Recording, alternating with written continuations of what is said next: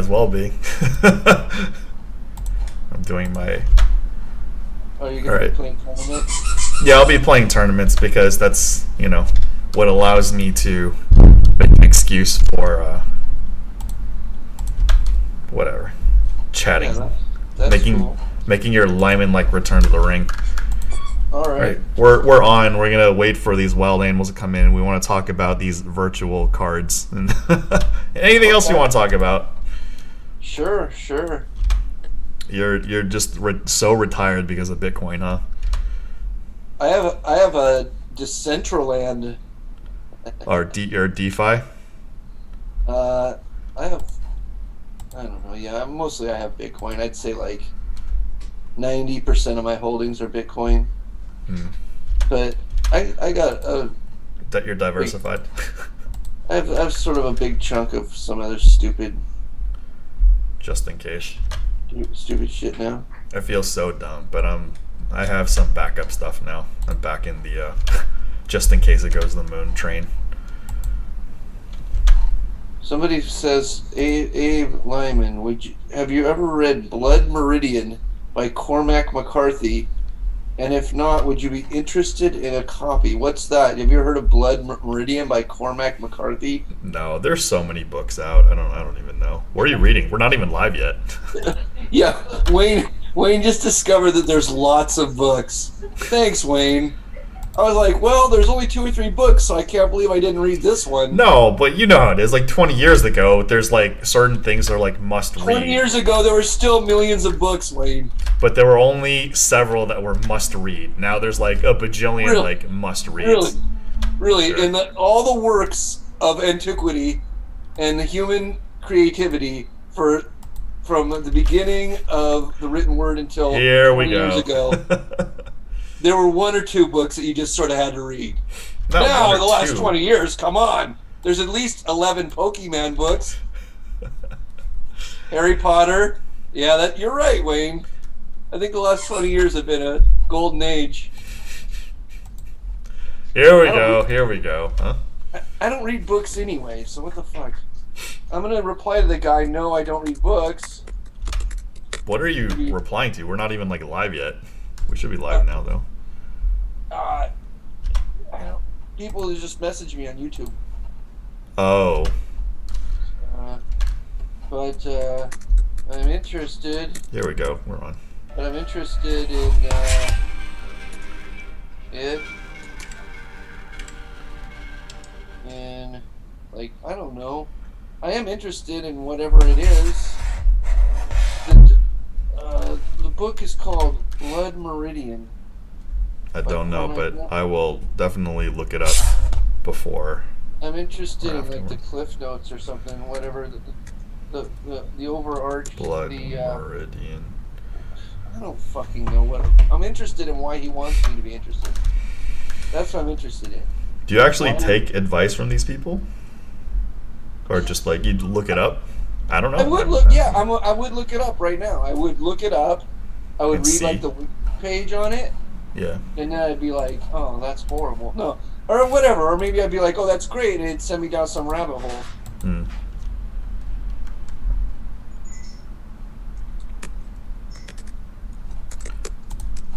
Oh boy. Okay, there. I've sent him a response. You never notice, Wayne, that I literally respond to every single person that ever has Message everybody. you. It's. I Or- mean, or I try to do that too. Some people, I just can't help myself and just have to ignore. Like sometime I had like a tweet that had like 3,000. I had like a tweet once that had like 3,000 responses or something. And you just hit up Yeah. everyone. I responded to every single one, because that's just who I am. Yeah. No, I mean you're good peeps. Like I feel like if somebody takes the time to contact me, I should take the time to contact them back. it's very, very nice of you. Yeah, and I mean, like, if that doesn't mean I'm gonna like waste all day talking to like fucking surf and snowboard or some moron, right? But That I guy give him loves a you, dude. chance. That guy loves you. you know?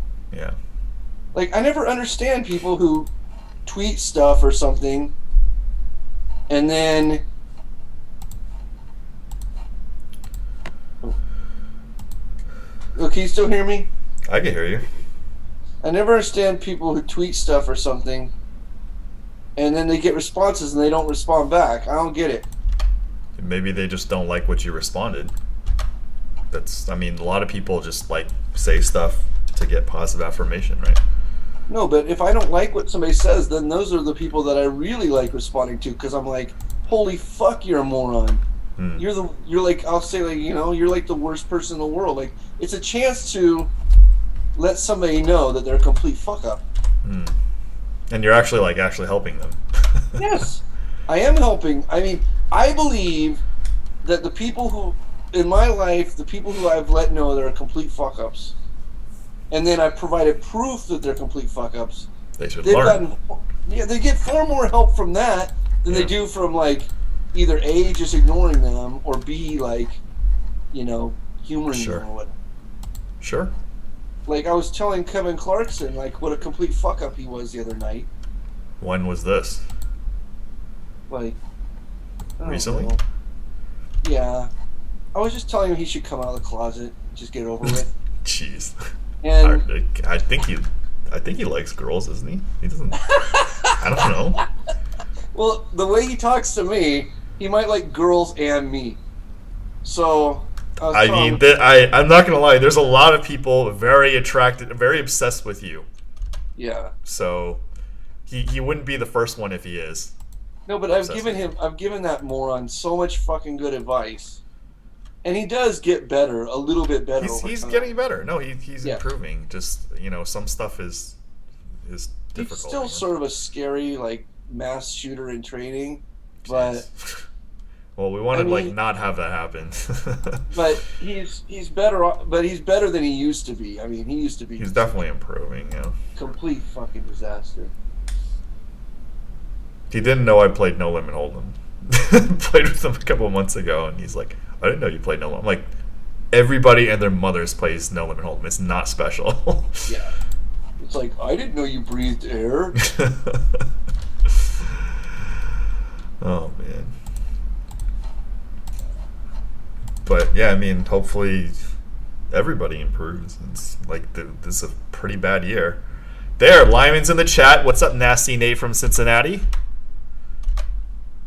So how has your viewership been going? Does it ever get to like 30 people now? It gets to 30 occasionally. I mean, the thing is, one of the problems with my streams is I don't have music, because a lot of the Twitch streamers, they have music, and it makes the experience just much better. Whenever I tune to your stream, when it's I going, have like nobody. Yeah. I hit like 20 and like 30 times. No, I don't care if anybody's watching your stream.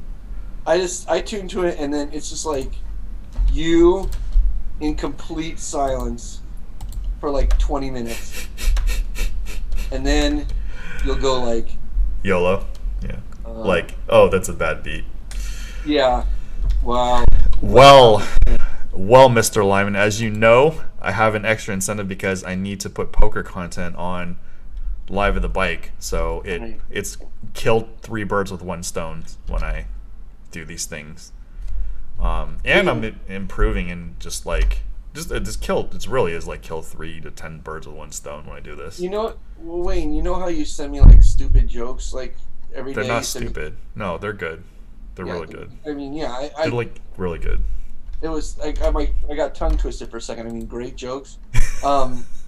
You should do a joke every like 15 minutes or something. Okay. What I do is I have the jokes open, and sometimes I spam them because sometimes in the middle of hands, so it's harder to spam. But if you did a joke, if people knew, if people were watching, right. And then they're like, okay, this is really, it's just like Wayne looking like sort of like half dead, like sort of staring like dead-eyed at a screen. But then they say like, what? But if I hang on for 6 more minutes, there's another joke. Right. Yeah. I really think people would hang on for like 6 more minutes. I would. I will keep that. See, there you go. Like, improvements are incremental and take time. Like, I've been doing this for a little over 3 months now, so. And then people would say, like, they wouldn't just say, like, oh, hey, did you see that Wayne guy's stream? And then they would say, like, you mean that the bad joke, right? The dead-eyed mongoloid guy who just like sits there half drooling while and then every now and then says bad beat. Oh my god. No, they say no, the joke guy. Right. Yeah. Right.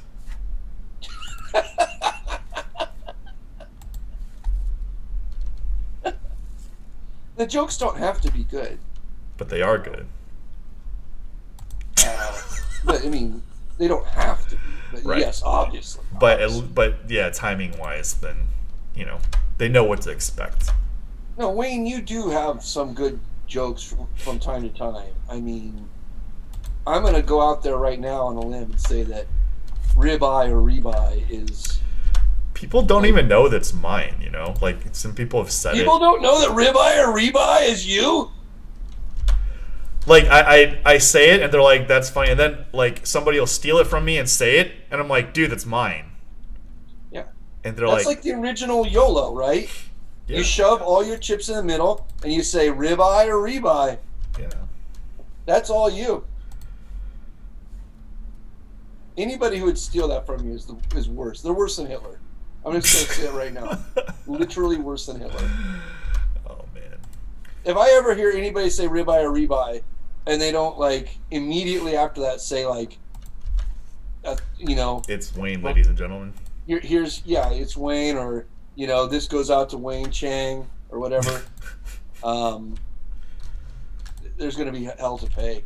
I've shown people like the first episode we did, and they just like can't stop laughing. Too bad it's not public. Dude, I try to tell you that you guys should just release those episodes, but whatever. Doesn't matter. All right, we have 9 times as many people as we had a second ago. Wow, it's just growing exponentially. It fluctuates. All right, let's talk about these virtual basketball cards things. So you kind of know what's going on, or just should I summarize? Wayne, yeah. Don't sicken me. What? Do not sicken me. You're asking me if I know what's going on? I basically am a virtual basketball card. Okay, what do you want to know? So, the phenomenon of NFTs or whatever they're doing, like, putting value on these virtual products. Right.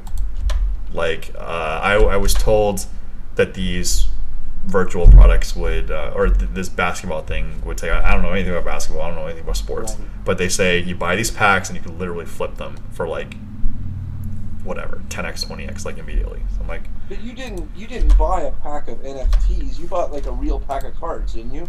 No, I bought a pack of virtual basketball cards. Yeah, it's not NFTs, but you bought a pack of virtual at NBA Top Shot. Yeah, NBA Top Shot. Yeah. Mm-hmm. For $14. What did you use to buy them with? Which crypto? I didn't use cash money. Oh, you use cash, but you can buy with crypto, right? Yeah, you can. There's an option too. So you bought a $14 pack. I opened it. One of the cards was Steph Curry, which is going for a minimum of $360. Unfortunately, wait, last time you told me you said 522. Is it? Yeah, minimum. So like the highest price is 200,000, which no one's paid for, but that's the listing. This is a range. Like people, you could post what you would sell it for. So at the time I told you it was 522. That was the lowest price listed. Now the lowest price like 360 or something like that. So here's the thing. When you buy these packs, you got a Steph Curry, right? Yeah, and so two you other could dudes. buy another pack. You could buy another pack, and you could get another Steph Curry, correct? I think there's a limited amount of each card. Yeah, but how many? You need to know. 1,000 for this particular card. There's, let me check. 10,000. There's 10,000 of this specific card. And which number is yours? 3801. Oh God, just fucking dump that thing. It's Oh no, I am. I'm trying, but like there's software problems and the marketplace is closed. right. That's what. Oh, No, I trust me. I will dump for whatever the hell I can. that thing is worth fucking nothing. It's worth zero. Don't tell people here. You gotta dump. Like, here's the thing. Some fucking dork is gonna come on here right now and be like, dude, you probably would say the same thing about Bitcoin. Blah, blah. You know, you're okay, boomer. That's what some dork. But no, I'm telling you, and I will explain everything right now. You want me to explain? Sure. Okay.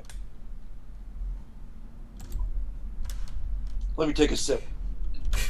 When I was a kid, and when you were a kid, there were basketball cards, okay? Yes. How old are you, Wayne? 42.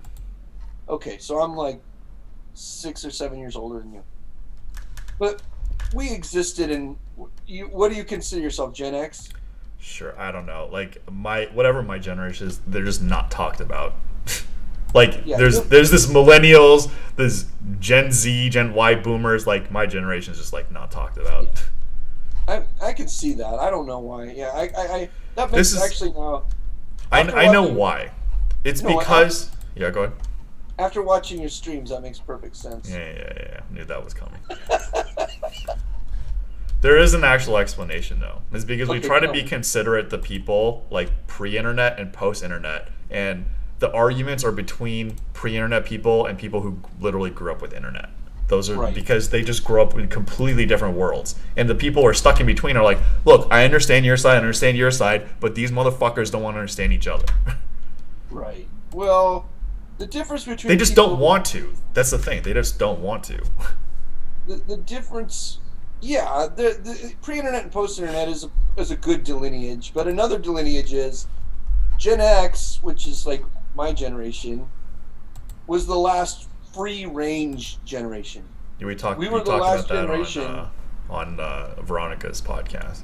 Yeah, we were the last generation that left home, and our parents had no fucking clue where we were, and had no way of finding out. Like, we just disappeared for a large portion of the day, and then we showed up at dinner time. Yeah. Right? Yeah. So, like, we were the last free-range generation, which makes people who grew up free-range view the world a lot differently than people who grew up with an electronic leash. Yeah. So, I'd say that's even a much bigger delineage than the actual internet, because the internet's like whatever. The internet is very easily understandable by a grandma, but not ever being a free child who is allowed to do anything they want anytime they want without any supervision whatsoever is a much bigger difference than being somebody who like always has a phone, can always be contacted, has rules about answering their fucking phone and all this other fucking nonsense. Well, part of it is just like information. Like, you know, when I was growing up in Asian families, they're very strict, and they will make shit up, or they will just like manipulate details. Right. And like once you have the internet, you're like, that's not fucking true. Yeah. Well, no, the internet generation is people who grew up with the internet are much smarter in some ways than people who grew up without it, and much less self-sufficient in other ways. They're more independent, or they have more information, but they don't have as much face-to-face human interaction developed. Well, they have more information, but they have less ability to use it. So, like, if you grew up at a time where you had to figure things out yourself, then through that figuring out process, you learn how to do things. Yeah. But if you grew up at a time where the answer is just at your fingertips, then you never have to learn how to actually do the things to get the answer. Yeah. So, I'm not saying that's a bad thing. It's just a weird thing. Like, at some point in time, people who are growing up right now, will deal with people who literally have an implant in their fucking head that is like a Watson-level search engine, which makes it so they never actually have to learn anything. And is that a bad thing? I'm not saying it's a bad thing. It could be a great thing. Nobody knows. Nobody knows. It's just the next iteration. That's the next iteration. Yeah. Like, you see movies where, like, the fucking, you know, like, super fucking soldier is about to run into a building and fight, like, some end boss or whatever.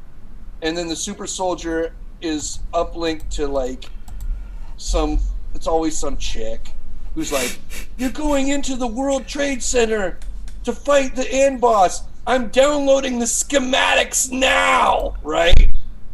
And then they like just download the schematics of the building right into their brain, and then they know where to go. They jump from floor to floor and yada yada yada. Yeah. Well, that's not that complicated of a thing to have happen. Like, that is going to happen. Yeah. There's no difference between I'm downloading the schematics now into your brain and I'm downloading the schematics to your phone. There's basically no difference other than just one little leap of technology, which is going to happen. Neuralink. There you go, Wayne. Thank you. Anyway, back. So this was an important conversation as a precursor to the NFT thing. Okay. So when I was a kid, and probably at some point when you were a child, you got baseball cards or football cards or basketball cards. And the reason why you collected baseball cards, if you were really into baseball, was there was no other way to get pictures of the players that you liked. Number one, because there was no internet. And there was no other way to know their stats because there was no internet. The only way, when I was a kid, to have photos and stats of your favorite players and their height and their weight and all the little details that are on a baseball card was actually by owning a baseball card. So a baseball card was like a miniature fanzine / newspaper. So it actually served an important purpose for little kids. Like, I'd be like, oh, Nolan Ryan has this many strikeouts, and Carlton Fisk has this many hits, and Steve Carlton has this many strikeouts. And you and your friends could look at the back of the cards, and you could say, like, oh, he's better. No, he's better. It was a very, very important part of being a fan of a sport, was having these cards, because these cards served a very important purpose. There was no fucking other way to know this information. The virtual cards do not serve that purpose. The virtual cards serve no fucking purpose. They are purposeless. The only thing that they are right now is a fad, and it will be found out, because at the end of the day, there's nothing. When you own an NFT of Steph Curry shooting a basketball shot, you actually own nothing. You literally own nothing. What you own is indiscernible in any way known to mankind from what can also be viewed on YouTube or any other number of streaming services for free. So you literally own nothing. And that's why I'm saying you have to just dump that shit while the fad's going, okay? Oh, look at DJ's in here. Look at, just like blasting out like with the CNBC style questions. Look at DJ Woods up in this fucking chat. Wow, just smashing with the heart. Look at the questions. Oh man, you're too sharp. Okay, we'll get to title and square in a second. Anyway, so here's the other thing you have to know about NFTs. We can't get off NFTs already. This is a long. It's okay. Time. There's a 3-minute delay, or 2.5 minute delay. So NFT, this could be an hour-long conversation, but okay, so whatever you have I'm streaming and you're talking, so. But Wayne, you understand what I'm telling you about? I understand, I do not disagree with anything. I am just hit and running whatever No. I can. I'm not looking to max value or debate its value. Like the stuff that I grew up with, like Magic the Gathering cards or these Pokemon cards, they do have a use because you could play with them. You can enter tournaments with them. There's a higher demand. There's intellectual property, which these NFTs also have too. But like when with the difference between Pokemon and Magic cards, you have to have these cards in order to play official tournaments and Yu-Gi-Oh or whatever. Yeah, but that's fine. But your Steph Curry card doesn't click any of those boxes. So people will say to me, "Oh, okay, boomer, you old fucking fat loser." That part might be true. But then the part that's untrue is that you don't understand. You don't understand that these are baseball cards for a new generation. But the truth is, they are not baseball cards for a new generation because baseball cards served a purpose. Baseball cards were born out of necessity. Nobody just said, like, I'm going to hype something called a baseball card and little kids are going to buy it. No. People wanted something called a baseball card and the market provided it because you wanted to see what the player looked like. You want to know the player's stats. You want to know his height. You want to know his weight. It was a fanzine before the internet.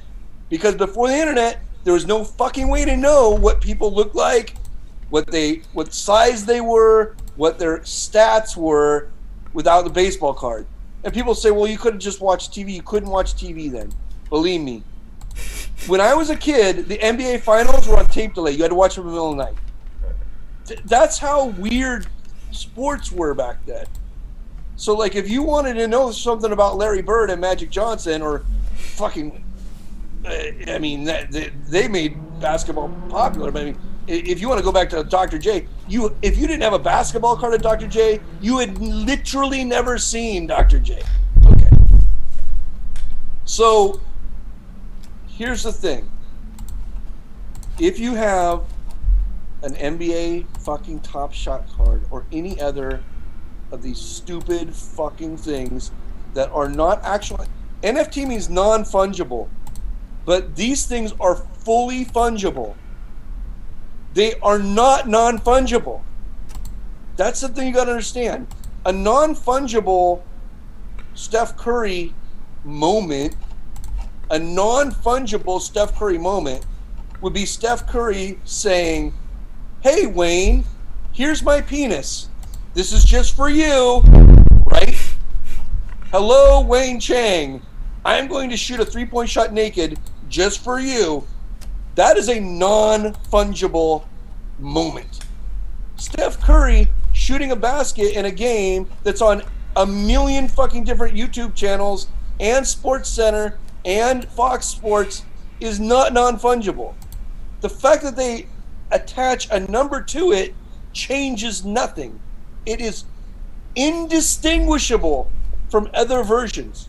And if it's indistinguishable, it is fungible. Okay. So, you ask. This is where we can say, with basic certainty, that all of this stuff will go down to like almost no value. Does that mean that it's not worth anything now? No. It is worth something now because everything's worth what somebody will pay for it. So, but you have to ask yourself, is this a manipulated market or is this a real market? And there is a mountain of evidence that the market is manipulated. And here's why. Because Mark Cuban will go on his fucking Twitter and he will say, oh my God, I'm Mark Cuban and I just saw the Dirk Nowitzki Top Shot moment and the fucking some other Top Shot moment of some other fucking dork on his team, and I couldn't live without them. I bought them for $70,000 or something, right? They sell for some exorbitant amount. What Mark Cuban is doing is he's just pumping the market. It up, yeah. You don't think he could live without these moments? Mark Cuban So who's the best player on the Mavericks? Some fucking Euro dork. We'll just say Euro dork. ED. Mark Cuban could go down to that fucking Euro dork on the court anytime he wants and say, "Dance, boy, dance." He can make that guy shoot a shot right in front of him. Mark Cuban can jump up and block the shot right in the guy's face. Mark Cuban signs that motherfucker's paycheck. Mark Cuban isn't enamored by a NFT moment. Anyone who believes that is so fucking stupid, they're not fit to breathe. Like, the owner of the Dallas Mavericks does not care about a video of a Dallas Mavericks player. The owner of the Dallas Mavericks can go down onto the court and play basketball with them. He could insert himself into the starting lineup if he felt like it. That's a moment. That's an NFT. That's a real NFT, okay? So it's a massively manipulated market. Now, what does that mean? That doesn't mean that you can't make money, but it means that you need to know when to get the F out. When to get the F out. Now, here's what I'm saying. Your number 3,800 fucking card, yeah, it's worth the maximum it's ever going to be worth in the history of the world right now. I agree. And I'm waiting for the market to let me sell it. You got to sell the shit out of that motherfucker.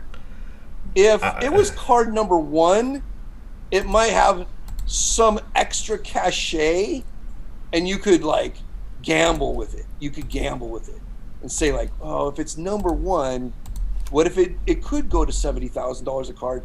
You just can't be the last person holding the bag. But card number 3,800 ain't worth shit. It was nothing. It was zero, less than zero. So is the second they let you sell that thing, just dump, snap dump it. That's my advice. Okay, here's some other interesting information about NFTs. I'm going to take a sip of wine right now.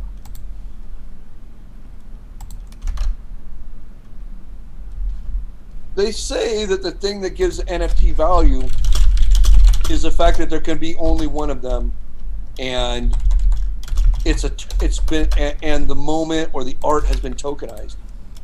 But that actually isn't true. That's not true. There is a token on the blockchain with a specific number that has been assigned by whoever is selling the NFT to that NFT. But it isn't, that NFT is not actually on the blockchain. The actual art or the actual moment is not on the blockchain. What it is sort of like a digital signature, but it's not even a digital signature, because you supposedly have a moment from Steph Curry, but Steph Curry did not digitally sign that moment in any way, shape, or form. The digital signature comes from NBA Top Shot. And if NBA Top Shot goes out of existence, goes bankrupt, what you have just fucking floats into nothingness. There now is no provenance. I repeat, there is no provenance of how that NFT, how that shot, that moment links back up to the blockchain, whatever blockchain it's on. I don't even fucking know. So the entire concept of the way these third-party middleman NFTs are being done doesn't even live up to their own hype, because there is no possible way to link the moment to the token, because the moment is not part of the token. A third-party middleman tells you that the moment is part of the token, and they are a custodian of that link. They are a custodian. And once the custodian is gone, there is no link. And although it's supposed to be a non-fungible moment from Steph Curry has no digital signature associated with that item. And so it actually is a moment created by NBA Top Shot that they are the custodian of. That's okay. Got it? Now, there's even another level where it gets even worse. NBA Top Shot tells you that they're going to make 10,000 of those cards, right? Nothing NBA stops Top them Shot, from making. They can make 1 million of them. Yeah. There's no fucking reason why they can't make as many as they want. Other than just like they don't want to burn any bridges. But let's say that it's not even about burning bridges. Let's say 5 years from now, they do a re-release. You can't stop them from doing a re-release. So it's all just sort of a scam. It's not a capital S scam. It's a small s scam. It's more like an IQ test, and it's a bloated, pumped up market, and the people, and it's a fad. It's like a frisbee or a pet rock or something. And I explained why. It's not like Bitcoin. People will say like, "Oh, Bitcoin's a pet rock too," or "Bitcoin's like a frisbee too." But no, Bitcoin is not anything like that. Bitcoin is a beautiful piece of code that solved problems that have existed for all of human existence, about double spending problems, Byzantine general problem, concept of time. Bitcoin's on a completely fucking different level. And I'm not shilling for it, and I don't know that it's even worth anything. What I'm saying is, it's a beautiful piece of code, and it's nothing like a fucking Top Shot, which is basically nothing. It solves no problems. Nobody woke up in the morning and said, "You know, I got a problem. I don't have a video of Steph Curry shooting a shot." Nobody in the fucking history of the world ever said that. Fucking trillion videos of Stephen Curry shooting a fucking shot. All right. Moving right along. Anybody who's interested, in NFTs, there's something I want you to go look up. I don't think this isn't an NFT. There's different types of NFTs, okay? There's the ones where you've sort of tokenized something associated with a unique thing, just a unique thing, and like a piece of art or one of these NBA moments. Then there's another crazy thing called where you make a token of a bunch of things, physical NFTs. So you can exchange the token for a physical thing. And I'm drinking, DJ asked what wine I'm drinking. I'm drinking, what's it called? Canvasback? It's Duckhorn. I'm drinking Duckhorn. It's one of the Duckhorn wines from Napa, right where you live.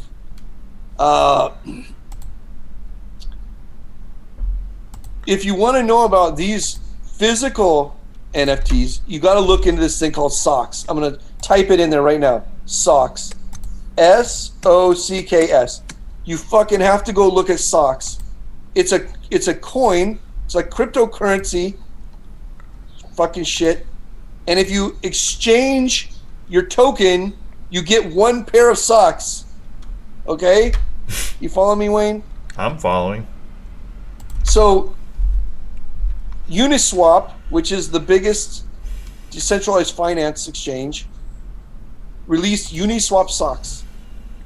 They released 500 tokens, and each token can be exchanged for one pair of socks. Okay? Awesome. The tokens cost $8 each, right? So something like 185 people have swapped their token for socks, okay? So there's 215 tokens left or something. 315 tokens left. Guess how much each token is worth? 800. $169,000 each. Wow. That's what last time I checked. $169,000 each. So you bought the token for $8. You can exchange that token for $8. You can exchange that token anytime you want for a pair of socks, or you could sell that token for $169,000, and then that person who's bought the token for $169,000 has the right to one pair of socks. That's a sick sock. That's how crazy the fucking NFT market is. But with the physical socks, though, it almost makes sense. I mean, it doesn't obviously make sense, but it almost makes sense because you have a pair of socks that say Uniswap on them, and the only way you can get the pair of socks that's the same on them is to exchange your token that's worth $169,000. So the people who do this, like Kanye West or Jay-Z or whatever, the people who do this, it's like a massive flex, you know?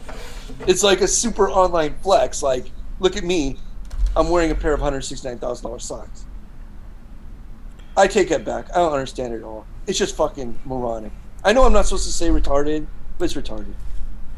I don't even know why I'm not supposed to say retarded. Supposedly, it's like the tone, when the tone is derogatory, like saying something's gay, like if it's derogatory, then that's when, if the tone is derogatory, that's the thing. Like saying somebody's gay shouldn't be. And, you know. Okay, Wayne, have you ever known any retarded people? Yes. If you gave a retarded person $169,000, would they possibly buy a pair of socks with it? No. Yeah, of course they would.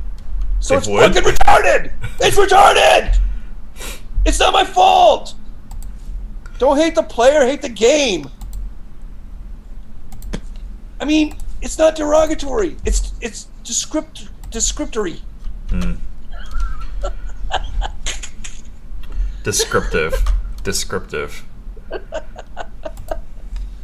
Oh.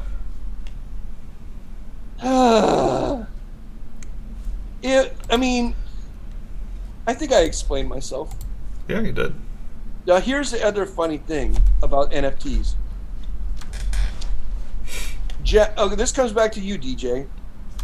So Jack, Twitter Jack, who also owns Square, which you wanted to talk about, and we might talk about here. Twitter Jack owns a lot of shit, you know. Twitter Jack is a sharp dude. Jack Dorsey. Yeah, Jack Dorsey. He buys things and then he pumps them, like Mark Cuban. Yes. It's very smart to own it and then pump it, right? Yes. So Twitter Jack owns some portion of some company called Cent that sells NFTs, okay? So then Twitter Jack put his very first tweet up as an NFT on Cent, okay? CENT. And then he sold it for something like $88,000, okay? So Jack Dorsey sold the very first tweet he ever did to somebody as an NFT on Cent for $88,000. So then, of course, other fucking dorks go to Cent to sell their tweets, right? So,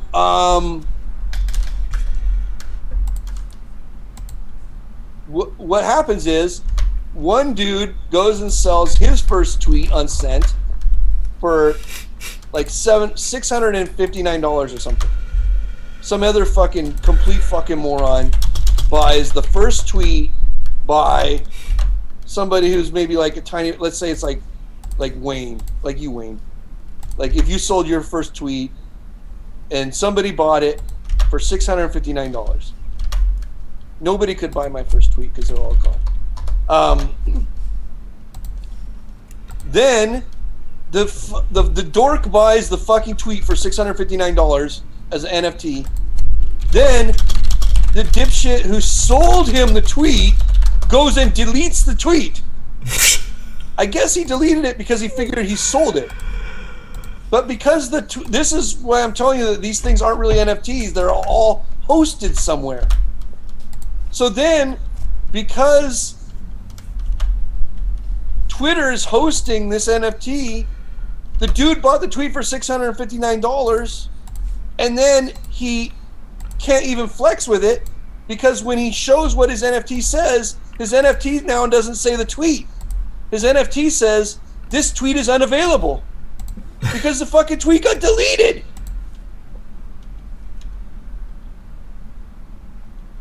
So now that guy's got to call Twitter Jack up and be like, oh, could you please undelete this tweet? I sold it for $659.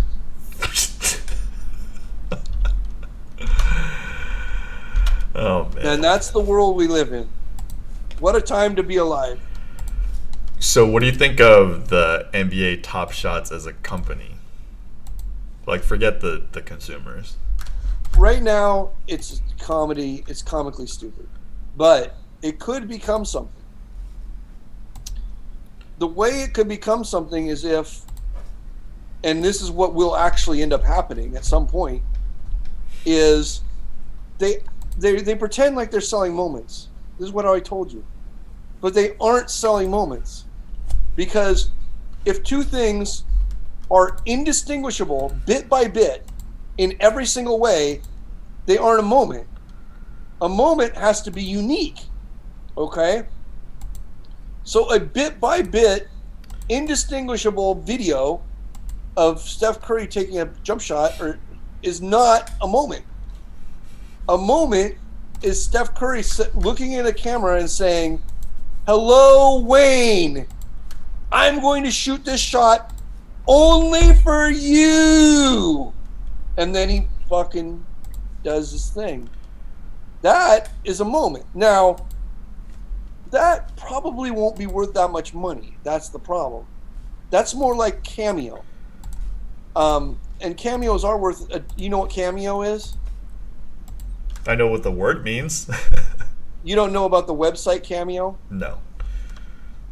Well, there's a website called Cameo where you can go and pay celebrities to say things for you. Oh, okay. You can basically tell them to jump like a dog. So, like, you could go to the website and you could pay Lindsay Lohan like $500, and then she'll record a video where she says, "Happy birthday, Wade! This is gonna be the greatest birthday of your life.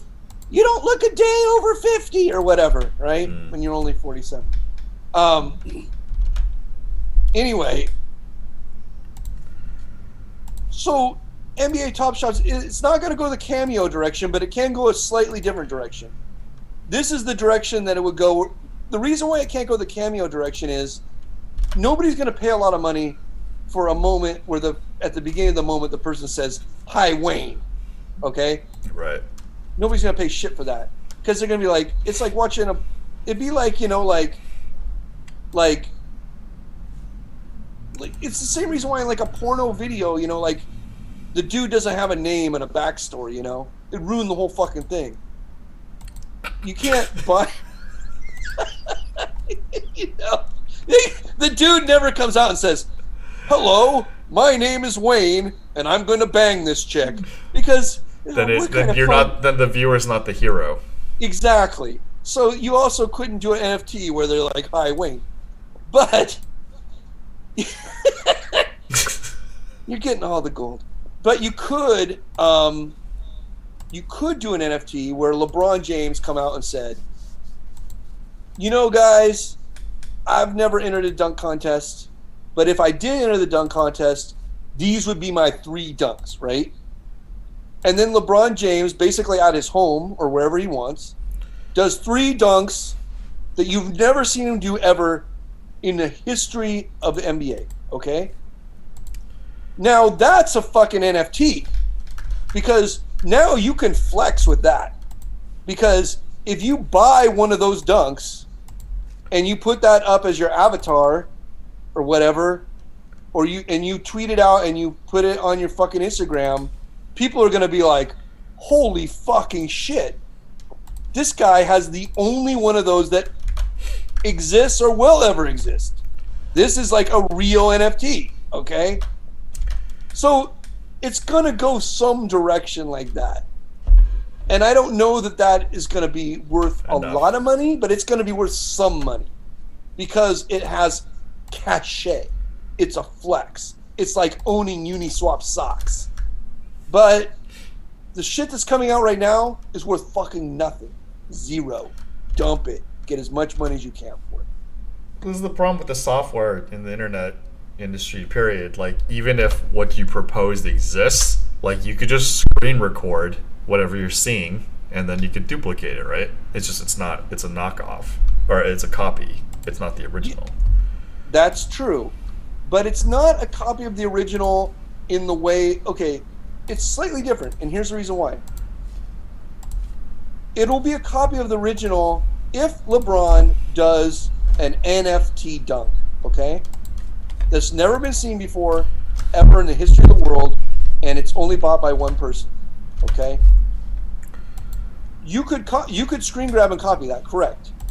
But what you would end up with would be something more akin to buying a picture of the Mona Lisa on a postcard in the Louvre guest room.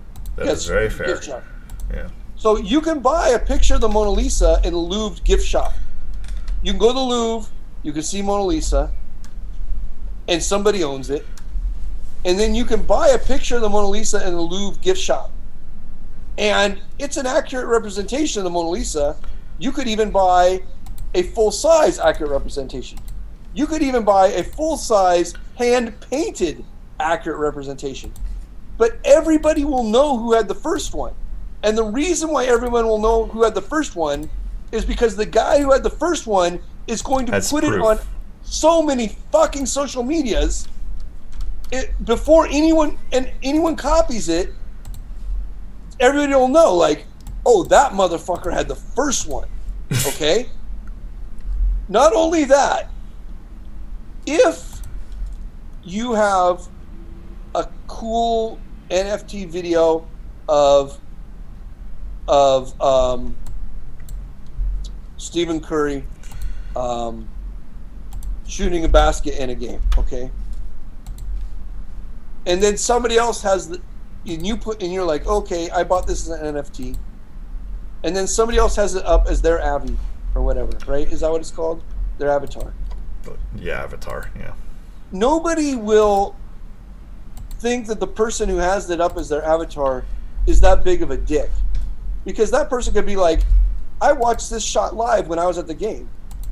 This moment is my moment as much as anybody else's moment.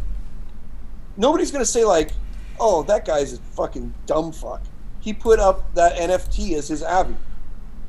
Okay? But if I have the only video in existence of LeBron doing a special dunk just for NFT, and then you copy it and you put it up, everybody's going to just think you're a total dick. They're going to think you're a loser. They're going to be like, why did you copy that basket? You don't know anything about that basket. That other guy owns that basket. You're a fucking loser. You're the equivalent of somebody who buys a fucking postcard of the Mona Lisa and sticks it up and puts a thumbtacks it up at your house. No one gives a fuck. Right?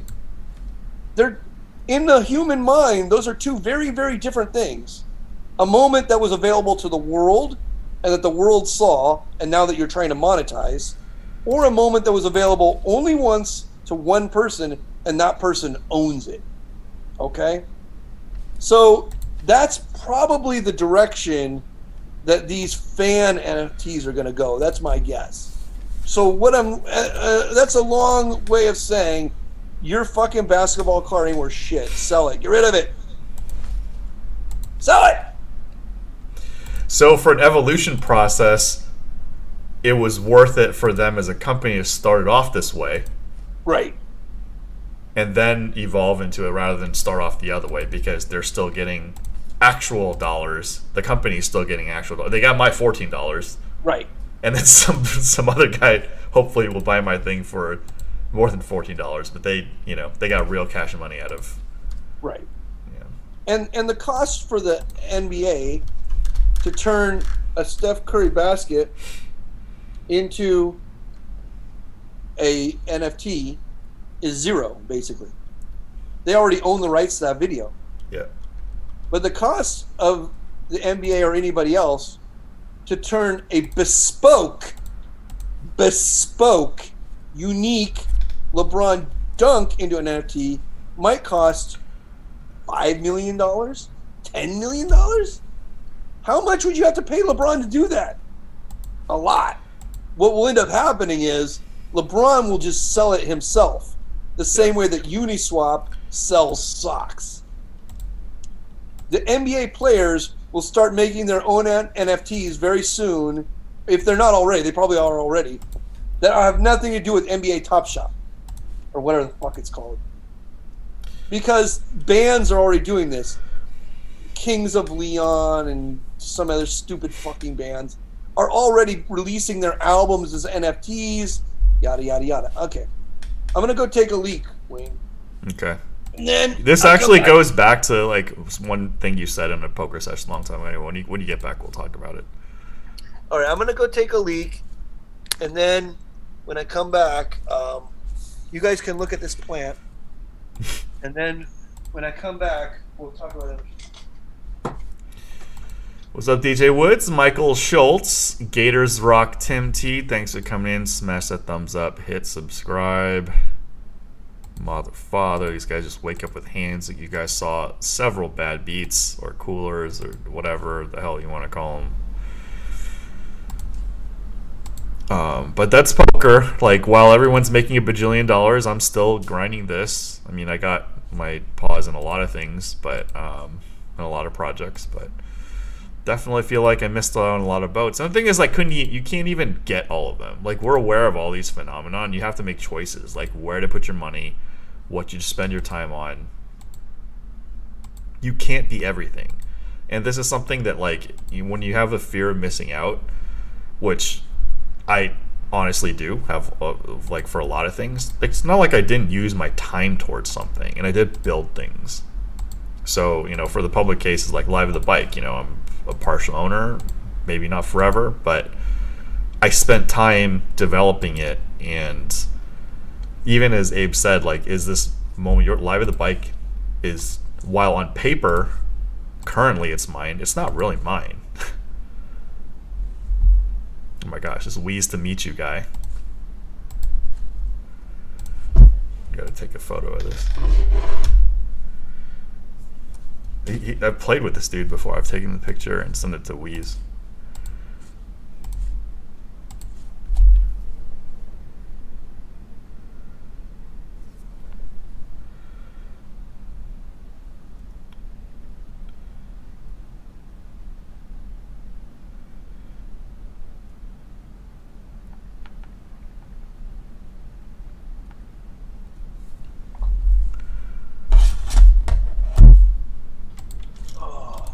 You're back.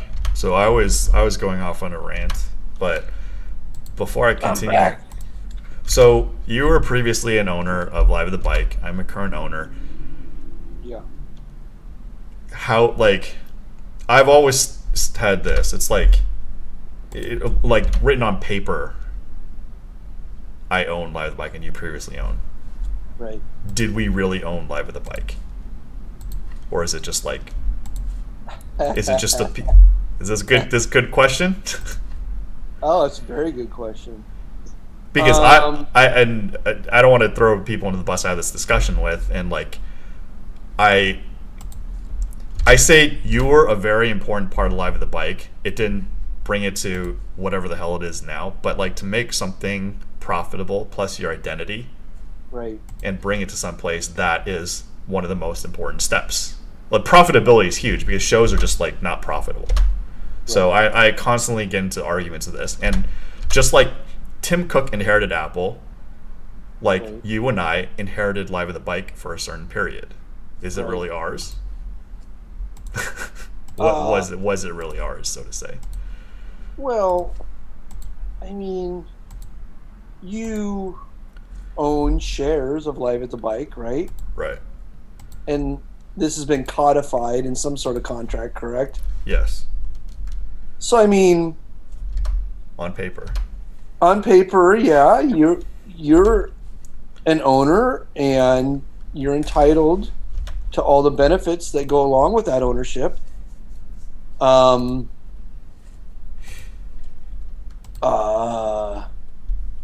was your other question?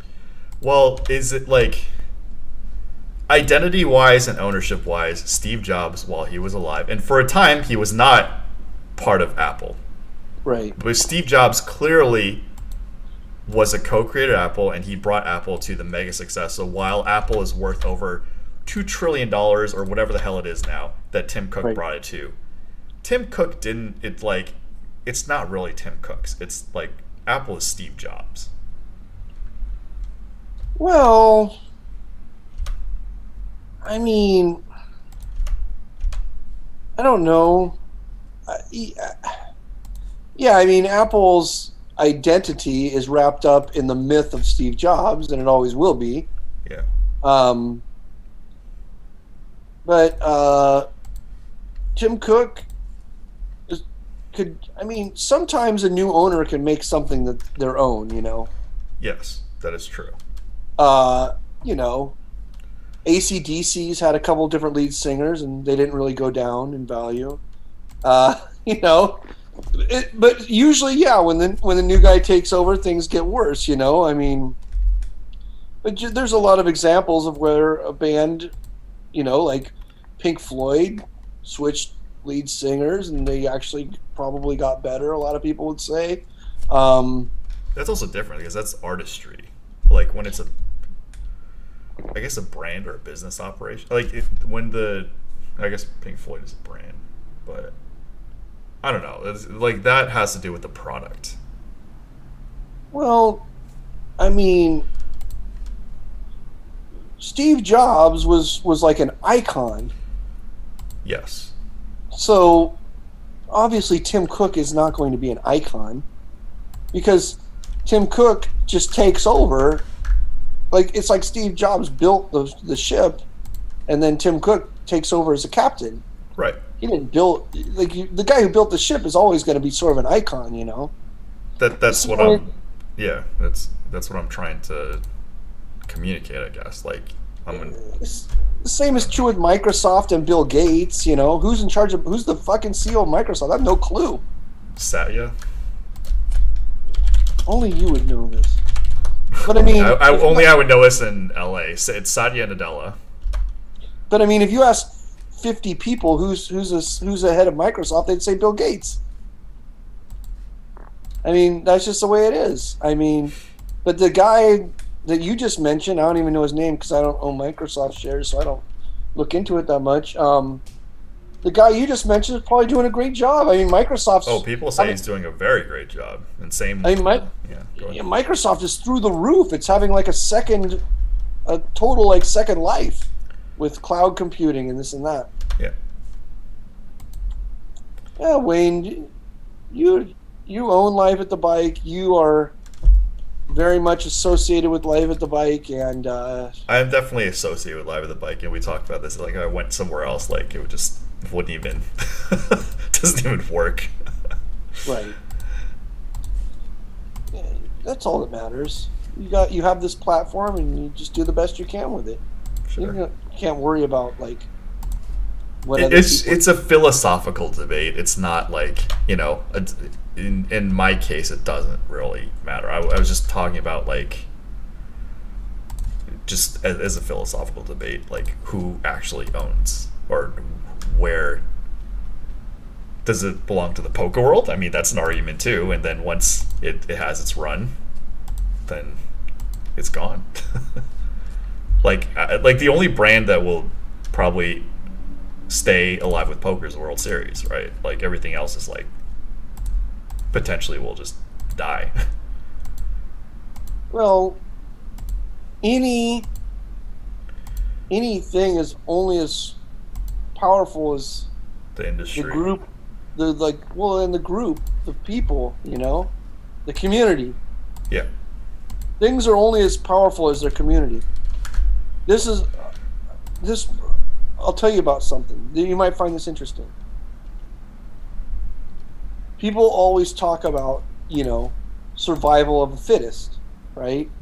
So they'll say like, oh, the smartest person or the strongest person survives, right? Sure. But that's not actually true. That's not even remotely true. Yeah. The strongest group survives, not the strongest person.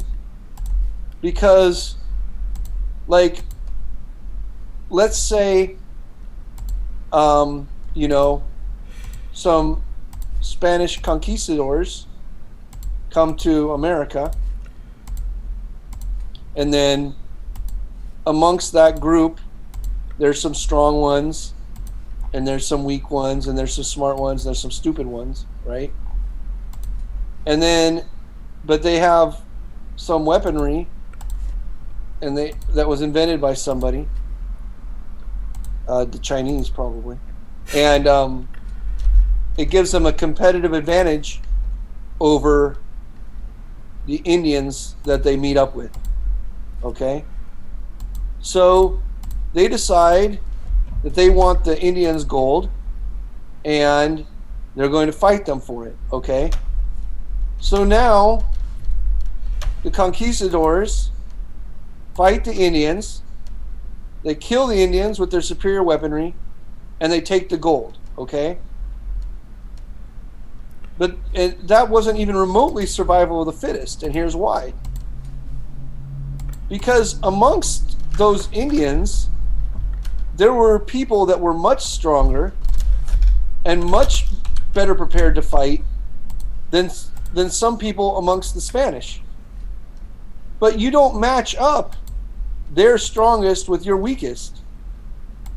You match up the group against the group.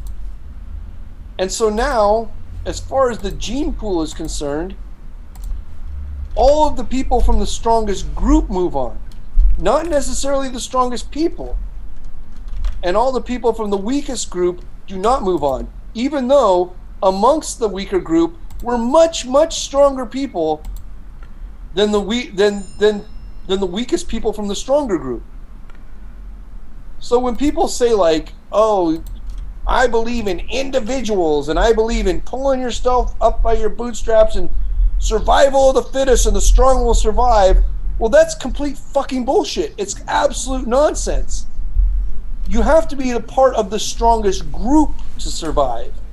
Because no individual man or woman has any chance against a stronger group. Okay? And that is why in a society, a functioning society, you have to give back to the group. Because you didn't do shit. The group did it. And if you try to go on your own, you might be like the strongest Mayan. And the strongest Mayan ain't gonna amount to shit against a whole bunch of fucking conquistadors with guns, So the way that relates back to who survives and who dies in the poker industry or whatever, as far as poker media, very strange thing to compare it to, but it's whoever has the strongest group. And that's why I was always into like building a community of people, because the strongest group always wins. It's not about the strongest person, it's about the strongest group. Right now, like you said, World Series of Poker is a very strong grouping. There's a lot of people whose identity comes from the World Series of Poker. Yes. But life at the bike can be the same thing. You just have to care about the people that are in the group, because the group is where the actual strength is derived. All of the power is derived from the group. All right? There you go. That's created more questions than it answered. It answered the question, but also created a lot more answers. All right, questions than. Well, fire. If you have questions, I'll try to. These are. These are philosophical debates that I'll entertain off camera first. Okay. But DJ for a business perspective, I'm always like, profitability, especially for a media business, but also just every business in general, is very difficult. And, you had that in mind, which is to make this profitable and sustainable. And I think in previous incarnations, it did have trouble, but no trouble anymore. So these are things that people can't see from the outside, though, because that's something that ever since I became involved and ever since I purchased, or just ever since I became involved, having other businesses too, and other ventures, like, that's very important. I'm not going to commit time if the thing's going to die, or I'm not going to make any money eventually, right? Right. So. Well, you know my opinion on it. It is what it is. Yeah. All right, let's see what people are saying. Okay, so DJ asked, Michael Schultz and James Hanna, I'll talk to you guys about S&P 500. We'll get to that. DJ asked about Square. She said, do you think Square's purchase of Tidal was a good move? Okay. DJ, here's what I can tell you. I was an owner of Square up until approximately 14 days ago. Somewhere between 11 and 14 days ago. I can't remember the exact time frame. I was an owner of Square because I felt like it was a Bitcoin adjacent investment that had a hedge in the fact that it was a properly functioning payment processor. Okay, about 14 days ago, give or take, I sold Square, and I used that money to buy Ethereum. The reason why I bought Ethereum with that money is because Ethereum has finally changed their protocol so that they are no longer inflationary. So the problem that I used to have with Ethereum was that Ethereum would print 18 million new coins a year, every year. Basically, they printed coins every year. They didn't burn coins, and so there's just always going to be too many Ethereum for it to be a good investment. It doesn't mean that it's a bad business plan. It just means it's a bad investment. But the new Ethereum protocol is less inflationary, probably deflationary, which makes it a good investment. So I sold my Square and I bought Ethereum. If I was still on Twitter and they didn't kick me off, you would have known that. But now I'll let you know now. As far as Square goes, I feel like I don't know enough about how Tidal works to know whether it was a good purchase, other than to say, and I hate deferring to authority. I hate it when people say, like, when I say to somebody like, oh, hey, why did you buy this, or why do you believe that? And then they say, like, oh, because the person in charge of it's really smart. I mean, I just don't like that answer. That answer never sits well with me. Okay, but smart people make mistakes too, and you should do your due diligence and figure things out. So that said,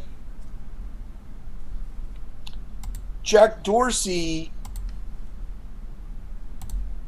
buying Tidal, I think, might be an NFT play of some sort.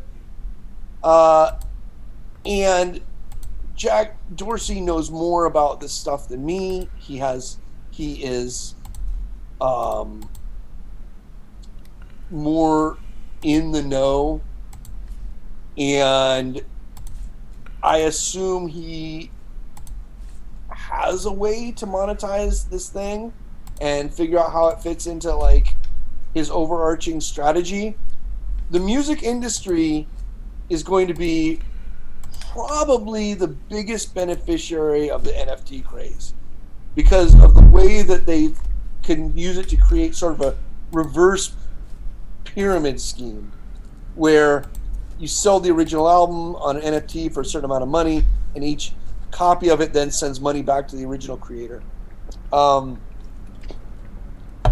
If I still own Square, I think I would know more about this, but since I don't own it, I haven't looked into it. I do see how Tidal works in this whole thing, because the way that you're going to trade music in the future is quite possibly the same way that you trade cryptocurrencies or utility tokens now. So in the future, you may buy and sell and trade music the same way that you buy and sell and trade utility tokens now. So I have an idea where he's going with it. I think I know where he's going with it. And if that's where they're going with it, it could just be like pure fucking genius. Or maybe he just wanted to meet Jay-Z. I don't know. I think they know each other already. I'm pretty sure they know each other already and like each other plenty. That said, I bought Ethereum with my Square money. I made a good chunk of money off of Square. Square was a very good investment for me.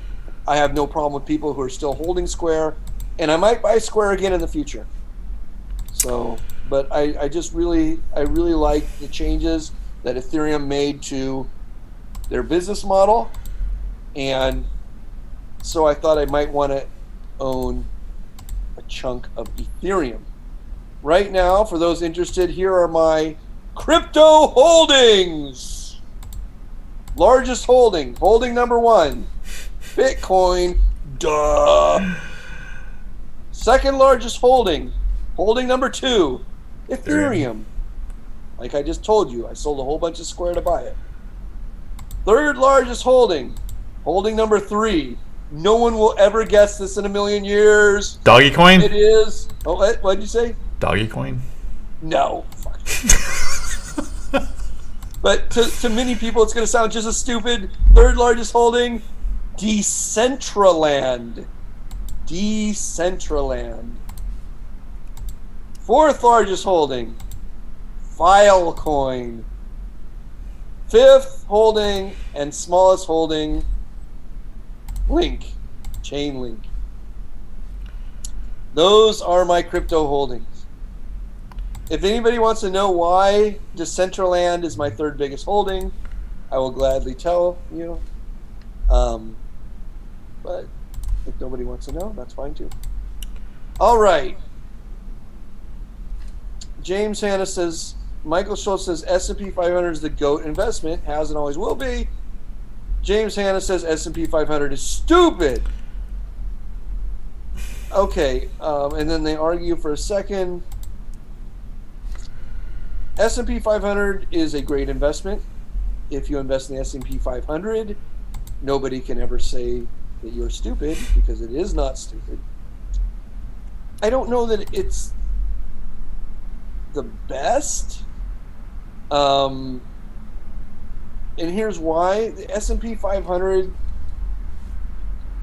according to their sort of bylaws, they end up having to just hold, they have to hold the top 500 companies, obviously, but like right now it's so over-teched that holding the S&P 500 is closer to holding a tech ETF than it is to holding the market. I would suggest, and obviously people can argue with this, and there's reason to believe both sides of this, but I would suggest having a lower weight right now, S&P 500, and a higher weight Berkshire Hathaway. Berkshire Hathaway is very bank and insurance heavy, and in a rising rate market, Berkshire Hathaway is going to outperform the S&P. because the S&P in a rising rate market with all of these tech companies with insane multiples is going to lag behind. I sold, I'm going to say, what's today? Today's Monday. So I'm going to say last Wednesday or Tuesday, I sold all of anything that I had that was anything close to a tech ETF, and I bought Berkshire Hathaway. So, Professional.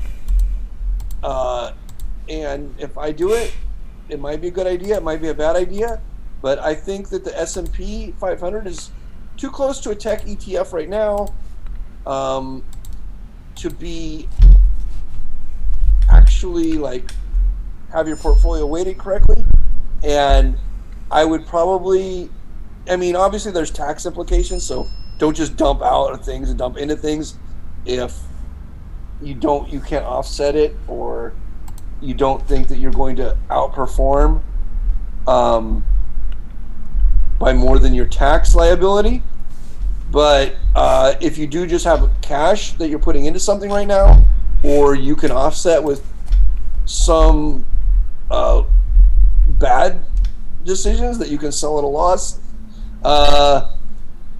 then I would say I would much rather be right now, as far as like zero risk. Like I'd consider S&P sort of like a zero risk thing.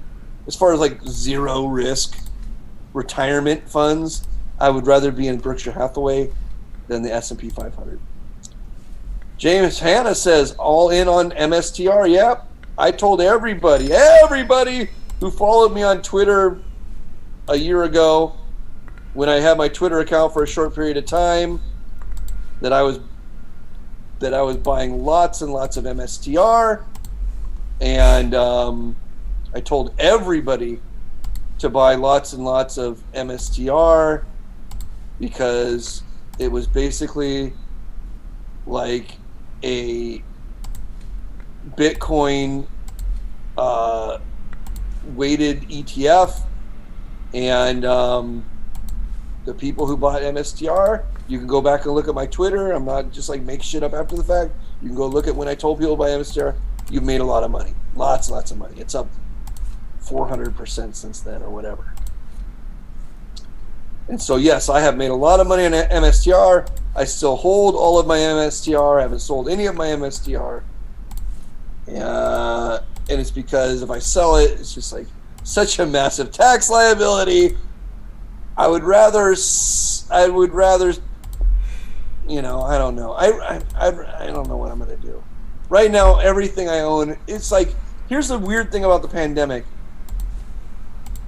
Everything I own, and anybody who started making trades at the beginning of the pandemic, like just fucking super obvious trades, like buying fucking Amazon, or buying FedEx, or buying Bitcoin, like super fucking obvious trades that happened like at the beginning of everyone staying home. Buying Johnson & Johnson. You just like, it's all you have. Like everything in my portfolio right now is a massive winner. And everybody else who did that probably has the same problem. Like every fucking thing in your portfolio is a massive winner. I mean, everything in my portfolio is up somewhere between 100% and 400%. So it's like, I can't sell anything because of fucking tax liability. I have to really have like a massive conviction, or I'm not like Square. I wasn't up that big, so like Square was something that I could dump out of because I had a pretty big conviction about Ethereum.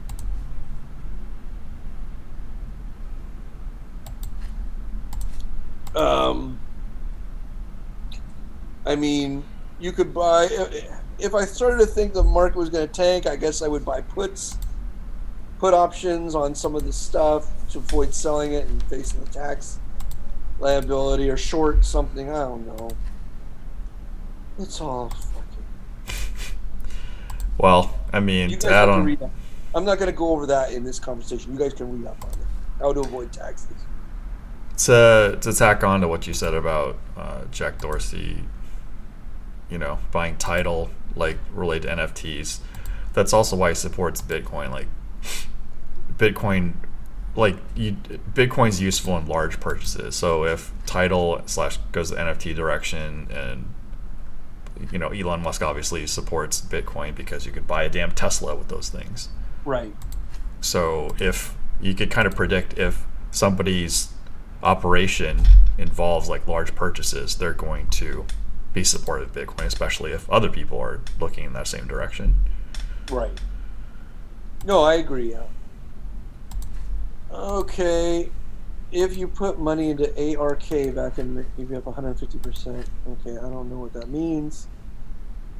You're up. If you put money in anything in March of 2020, you're up 150%. What did I buy MSTR at? I can't remember. I bought it in, I don't know, May or something. You can go back and look. It's up something. It's up something like 450% or something. So I bought it. Take whatever it is today and divide it by 4.5.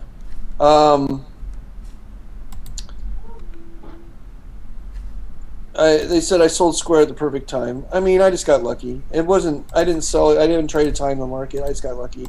If Ethereum dumps tomorrow, if Ethereum goes down 30% tomorrow, I'm going to wish I still own Square. But I'm very happy about my decision, and I'll stick with it. I didn't make my decision based on my gut instinct. I made it based on the facts on the ground. Ethereum changed the protocol. Square, I wasn't a huge winner for me. It was a big winner for me. I was up, 30% or something. So I figured I would take the tax hit on that, and the tax hit I took on it wasn't so much that I thought that it was worth holding it at that multiple, because the Square multiple is just comic, and not get the new Ethereum. Michael still says Berkshire Hathaway is building itself on buying public utilities. Yeah, Berkshire Hathaway, it's public utilities and it's insurance companies. So Berkshire Hathaway just always has this massive cash flow. And that's why they're always ready to make a move.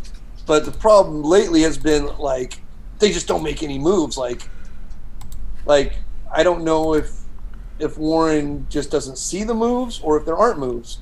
But he has not made any moves. He bought a bunch of Verizon. That was his big move, But that said, they just own a mountain of banks and they have a mountain of cash. Here's the thing about Berkshire Hathaway.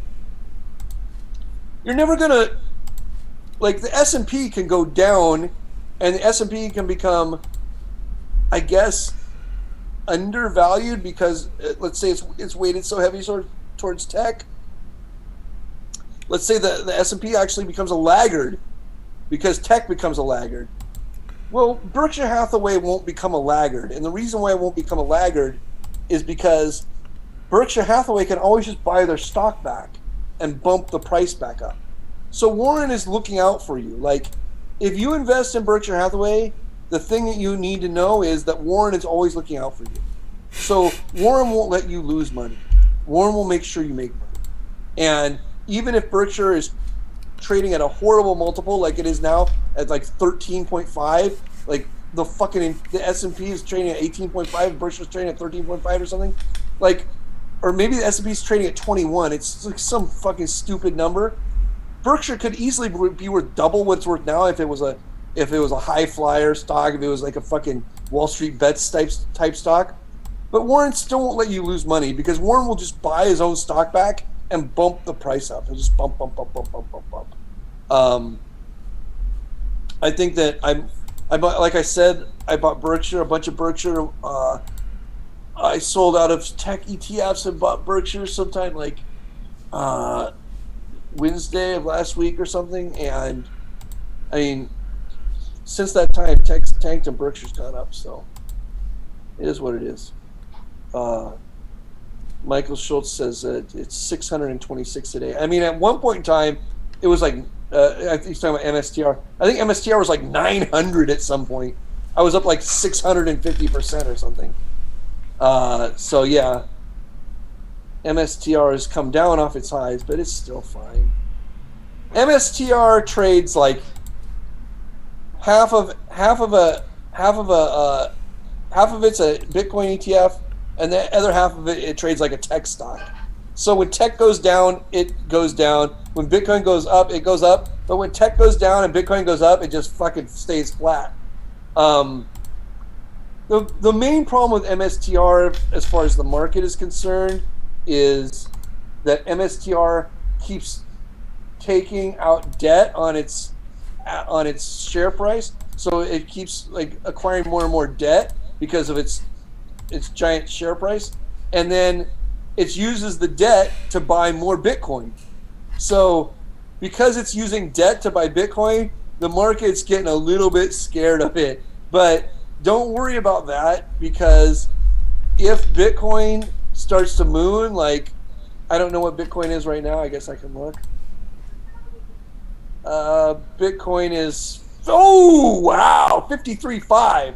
So Bitcoin's taking off right now. Decentraland 56 though. Decentraland.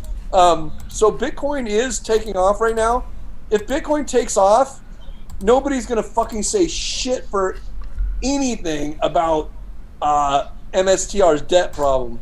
They're not gonna say shit for nothing. They're just gonna say like, this company has all the Bitcoin, buy this company. So, I mean, Bitcoin 53.5 right now. I expect, I mean, at 53.5, I would expect MSTR to go up 10% tomorrow. So, if you wake up tomorrow and MSTR isn't up $62 a share, it just sucks to be us, I guess. I would expect it to be up $62 a share tomorrow. James Hanna, any Bitcoin targets? No, I mean, it's Bitcoin. I don't think works exactly like that. Like, Bitcoin is, if you are invested in Bitcoin based on its fundamentals, then Bitcoin is like a world-changing transition. It's gold 2.0. So Bitcoin as gold, so let's say it's gold 2.0 and it just gets half of gold's market share. So half of gold's market share would be $5 trillion. Bitcoin's $1 trillion today. So that means my Bitcoin price target's $250,000 a coin. There it is. There's my Bitcoin price target. $250,000 a coin. It's $250,000 a coin or bust. I mean, you guys got to understand something about me talking about investing. Bitcoin is 5% of my net worth. You know, it's not like I'm not a maximalist. You know, when I say like I dumped out of fucking Square maybe it was 1% of my net worth, and now Ethereum's 1% of my net worth. I mean, these might be large sums of money to somebody, and they're probably tiny sums of money to somebody else. You know, there are large sum of money to like somebody who plays poker for a living, and they're a tiny sum of money to somebody who has an oil well in their backyard. But so I just give them out as it is what it is. You know, it's not going to make or break me my crypto. I mean, I own. Let me see. I own just for shits and giggles. I own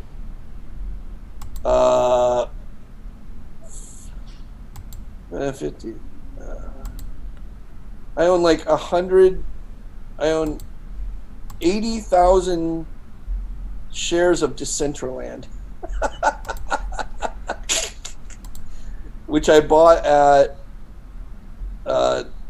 approximately 27 cents a coin. So it's doubled. And that is like, who knows, 0.5% of my net worth or something. But it's fun. It's fun. The reason I like Decentraland is the same reason, like, you remember earlier? Everything comes full circle.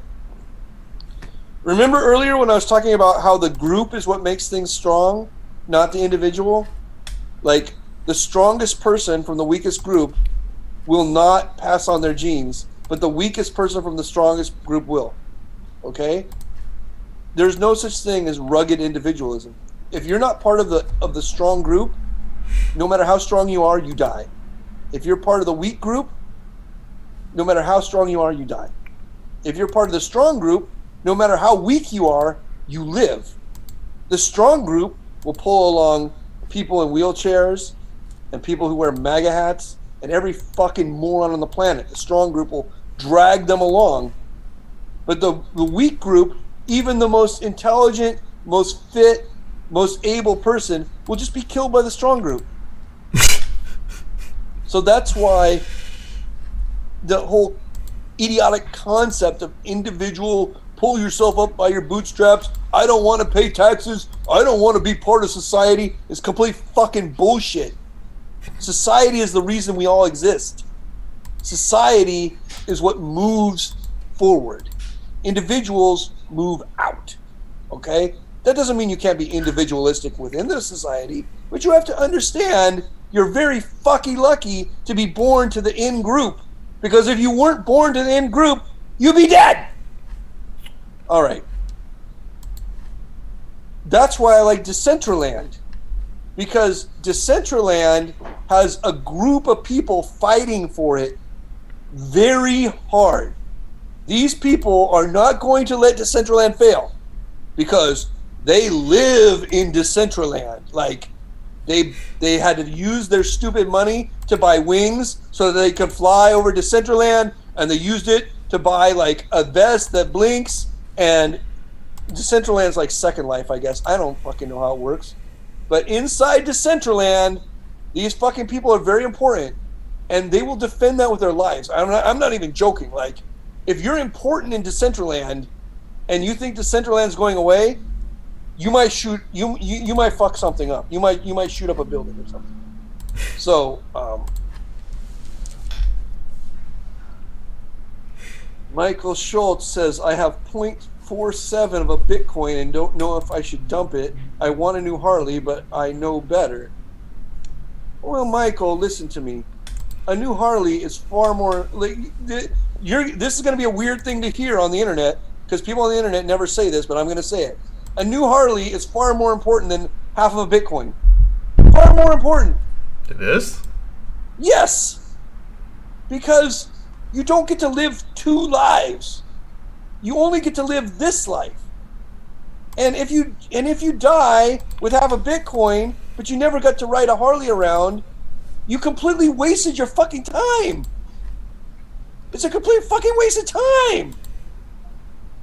It's way more important to ride a Harley around.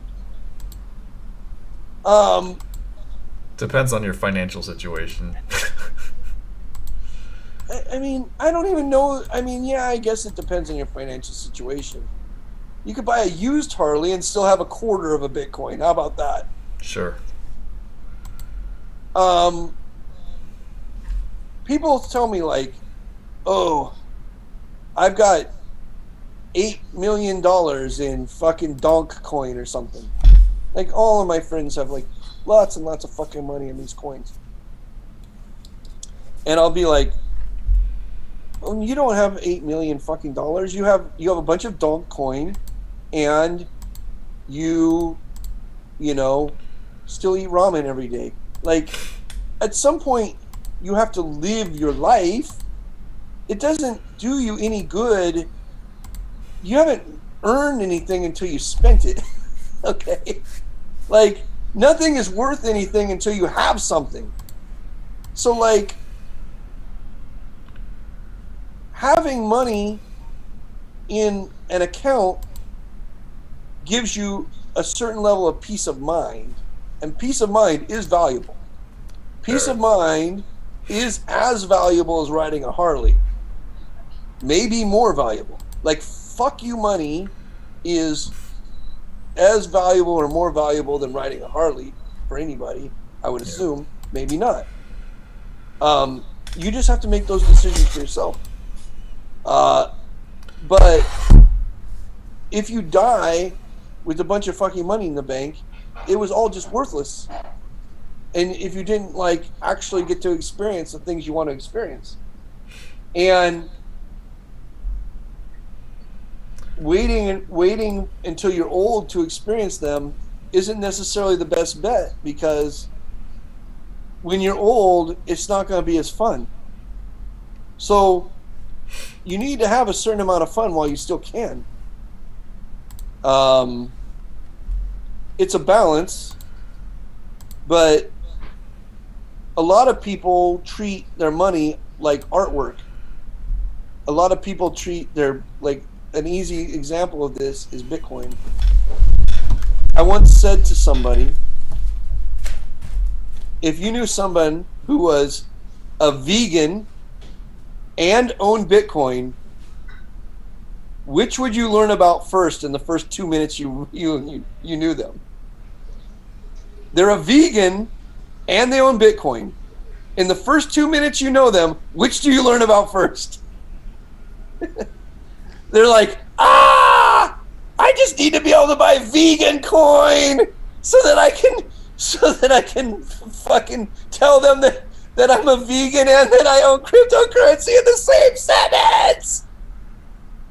And it's because, in a certain way,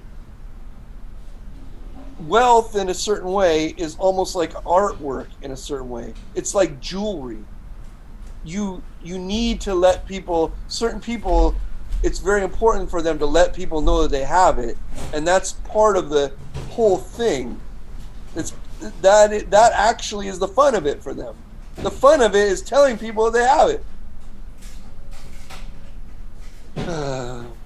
Michael Schultz says, I already have one of these motorcycles. I just want to know. Oh, then you're an idiot. Fuck off, Michael Schultz.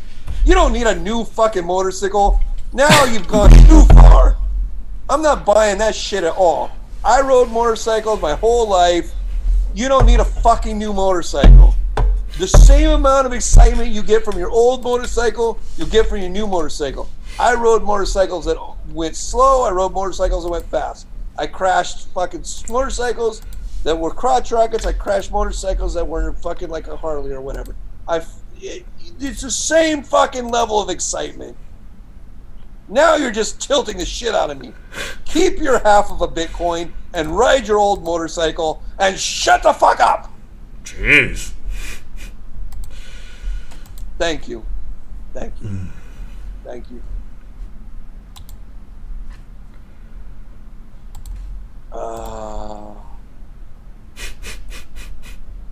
Now you pissed them off. I doubt it. Just kidding. I'm joking. I mean, you made some very compelling statements.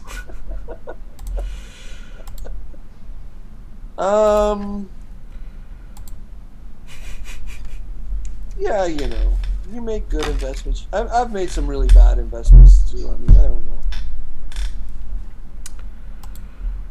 You make good ones, you make bad ones. At the end of the day, if you guess right 60% of the time, you'll be very well off. Oh, Wayne's gone. I'm in charge. I'm going to play his hand. 10 Jack, Queen, King. Fold!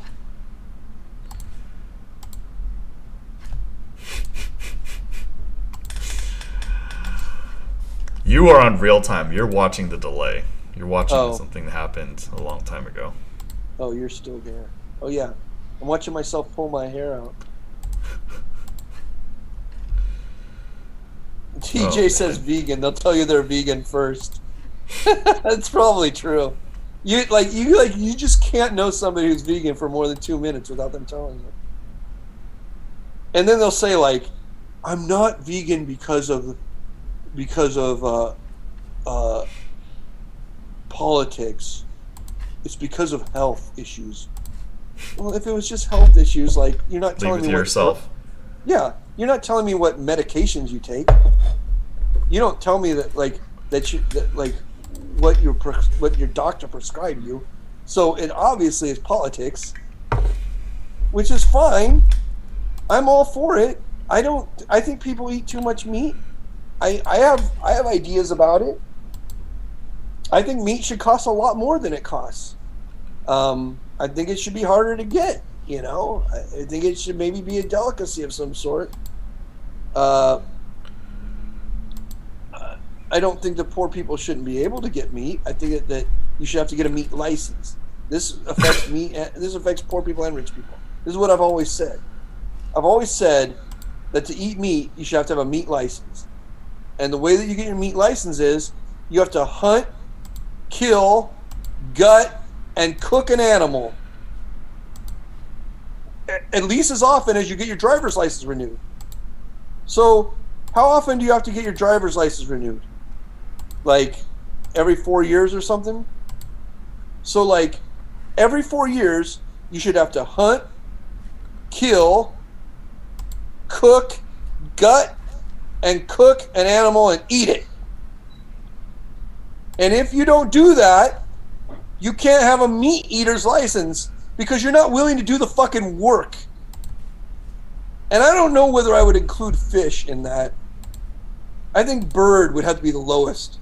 Like, everybody would go fish, right? Like, okay, I catch a fish, I hit it in the head with a bat, I fucking cut it open.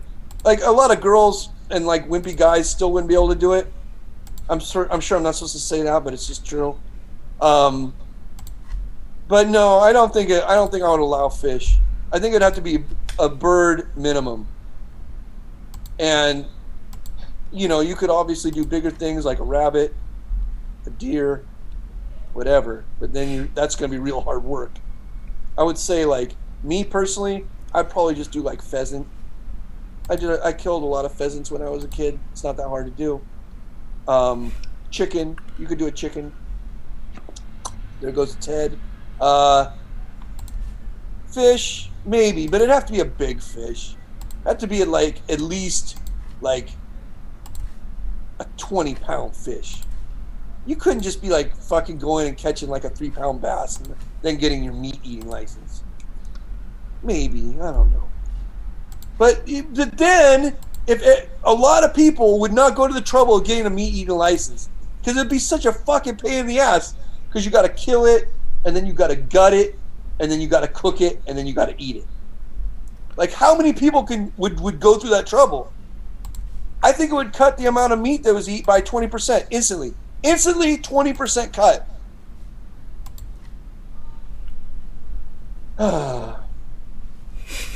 Would you do it, Wayne?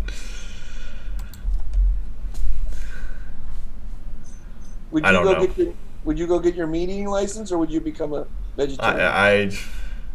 I mean, do I get eggs?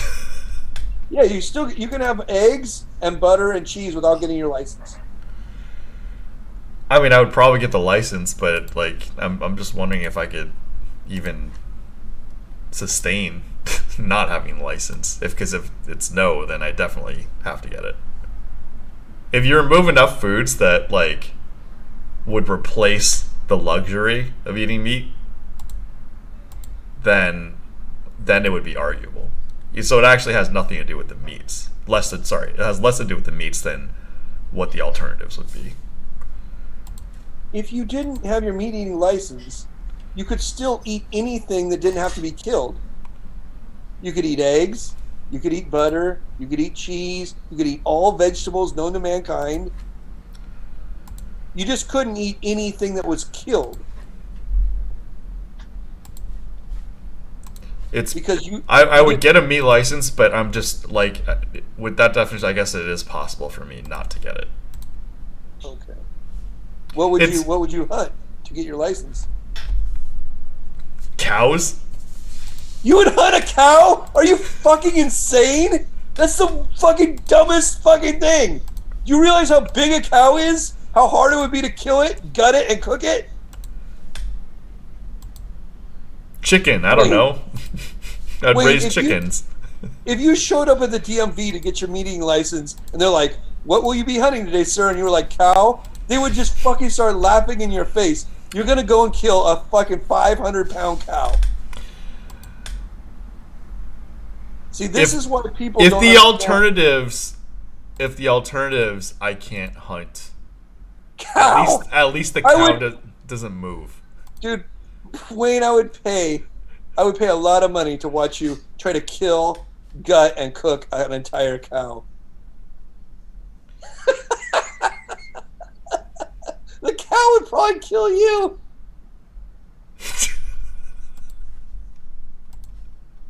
Ah.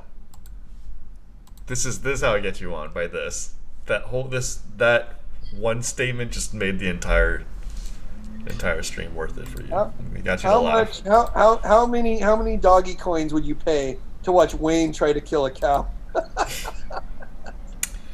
Name a price. DJ said bird minimum. That's right, bird minimum. I'm doing okay, but like, you know, if it's retirement money, I might just like kill a cow. I might take a challenge. Speaking of food, Wayne, it's time for me to make dinner. All right. Thank you for coming on. Thank you, DJ, Homer J, Michael Schultz, Damon Thanks Santor. for inviting me, Wayne. I'll see you James next time. Next time. See you later. Lyman out. Lyman, ladies and gentlemen, and oh my gosh, these MTTs are just complete BS. And I'll turn the sound back on so I don't drive myself crazy. I'm already kind of crazy. Like, after you just like make money, I was like, why am I playing these cards?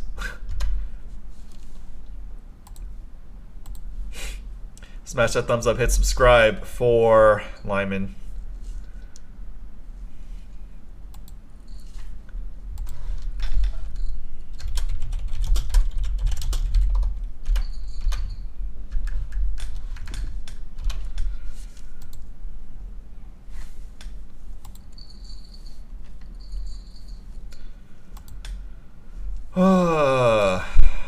I don't even know which MTTs I'm involved in. I'm just like clicking buttons, which, you know, MTTs just really aren't that hard. Oh Lord, what do I do with queens here? I need threes or queens. Fine. I got a lot of chips. There's a 3.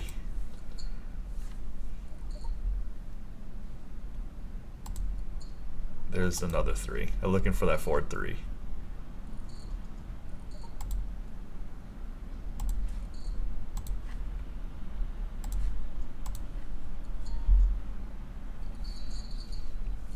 Bobby, too smart.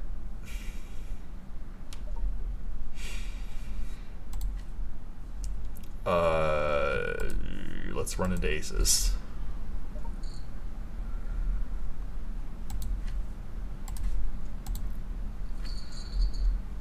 Thankfully, he did not have aces.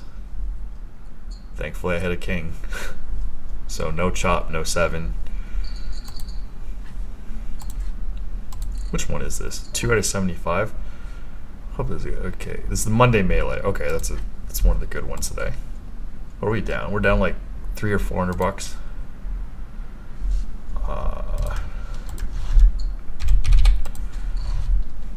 Well, he definitely wasn't talking about Bryce Yaki's. Bryce Yaki's definitely living his life, eating well.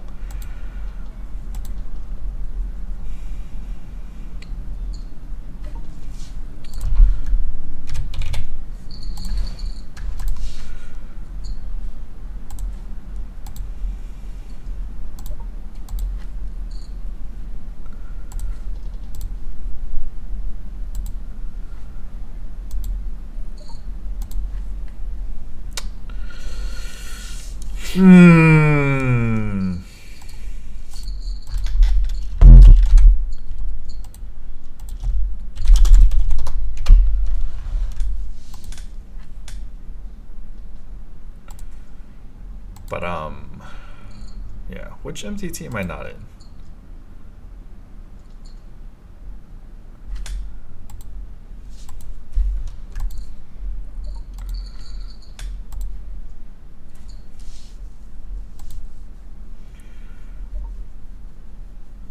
I'm in this one, thankfully.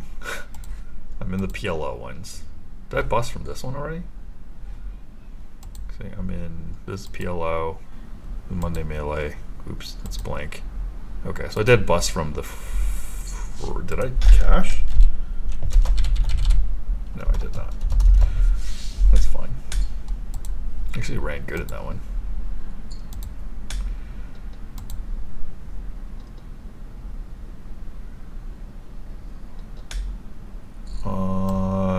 I'll just finish off I'm not in this one, so I'll finish off these are the last 3 I'm in. It's hopefully we'll make our money back with the PLOs. Let's check out the top shots.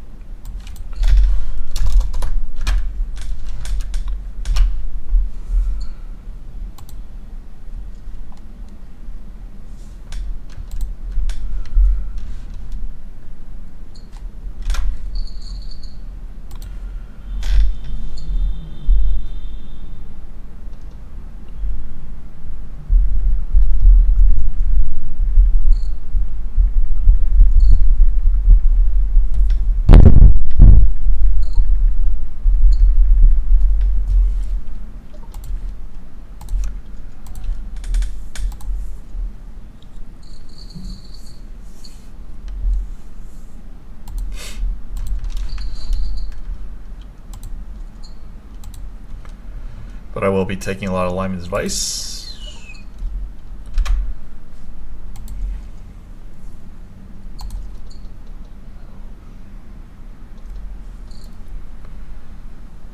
Oh, frickin' nickel 9.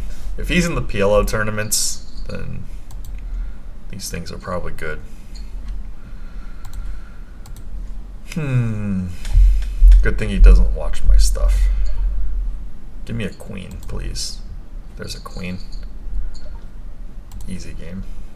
I do run good in the PLOs.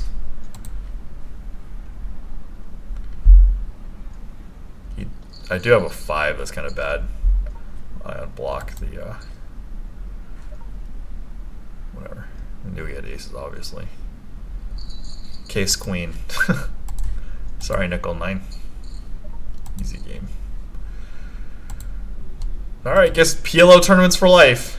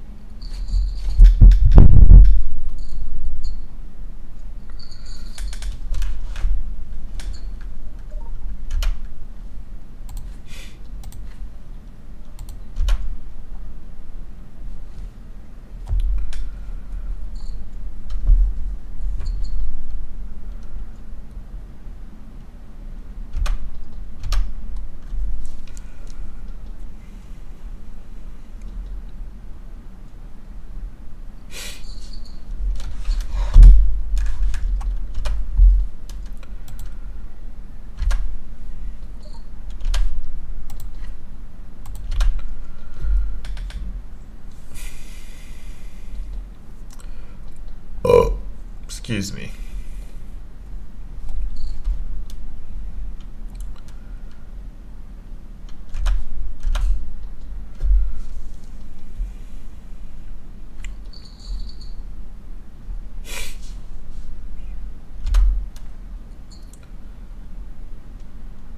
Oh, that's me.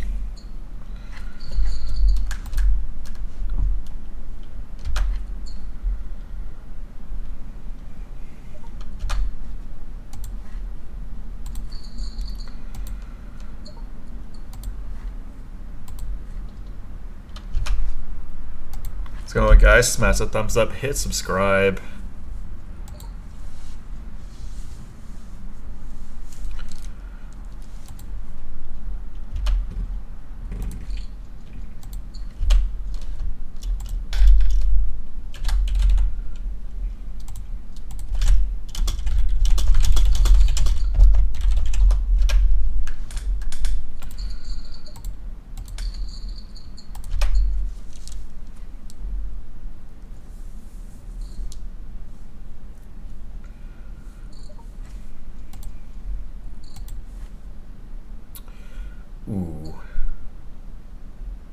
I guess it's kind of pointless to tangle here.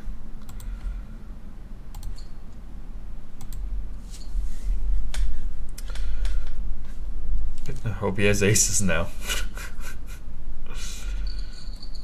Or else I would bust. We are close to in the money in here. We need 9. Well, let's do the math too. Oh, that's not this one. This is the one. So 56 times 22. It's 1,232.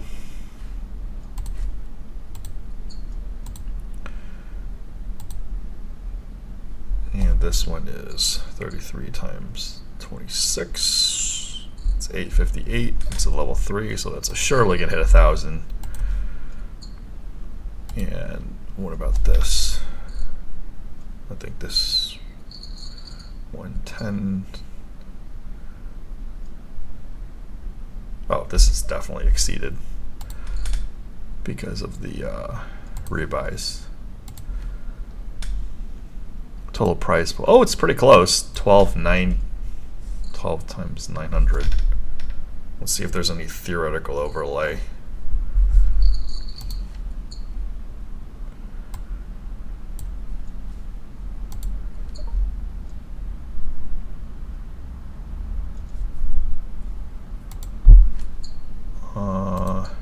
Hammer.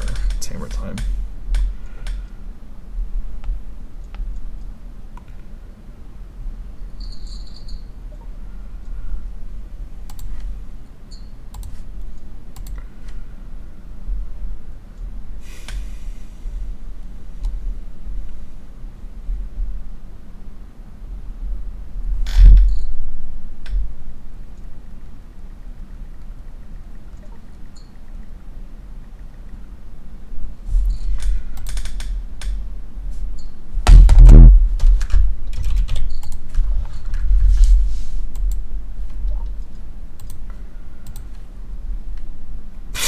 Jesus.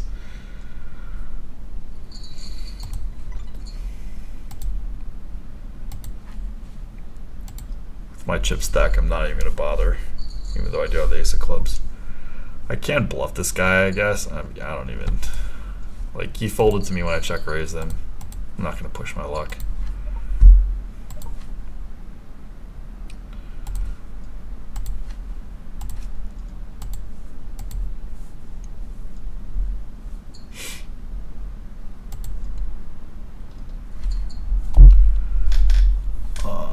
Okay, what's the theoretical overlay? Or I shouldn't say theoretical, but what's the discount?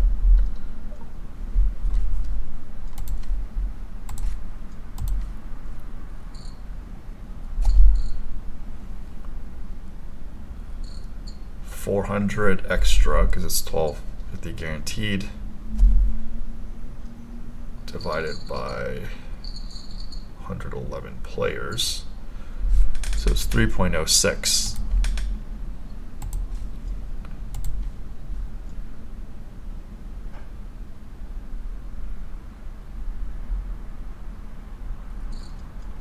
So essentially our buy-in was 103.6 instead of 110.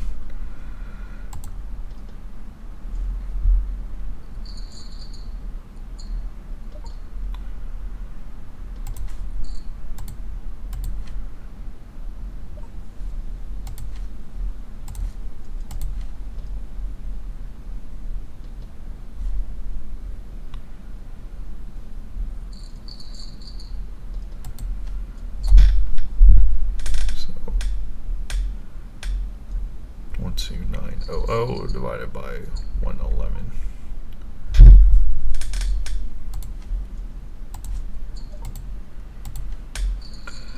Oh, got the math wrong, so we actually still paid.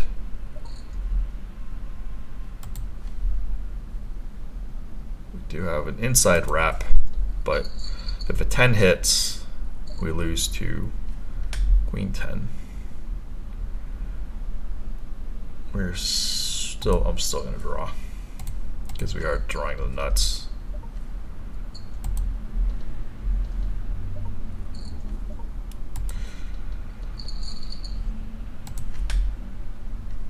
Guess I could have bet him off that one. I wussed out.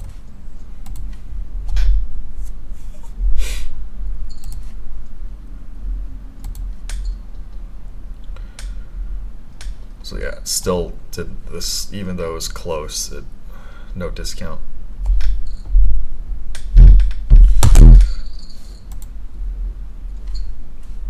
Because the price pool does include total buy-in, so.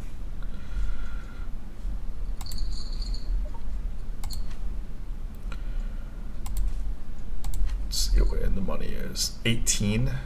Okay. Gonna gamble here.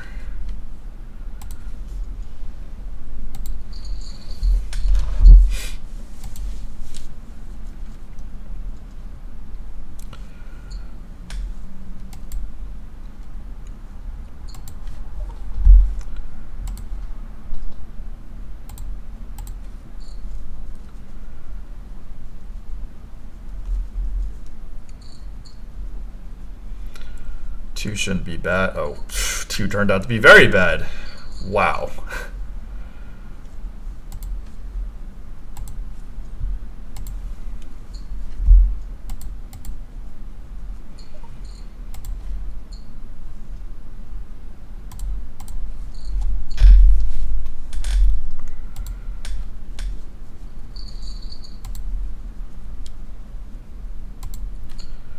Never underestimate how bad the two is for you.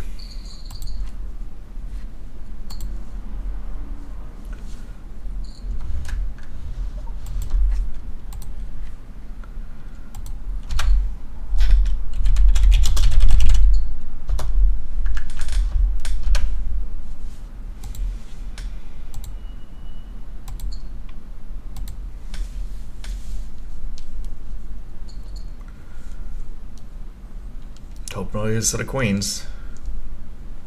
Come on, inside wrap at best. Oh, I got your free card. Oh, I hope for a free card. It's not a good free card.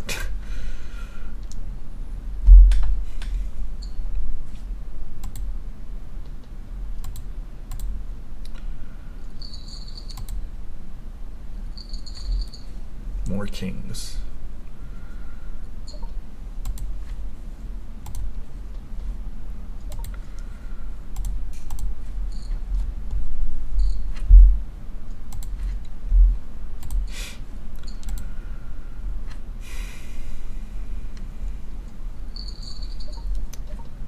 Don't have a set of queens.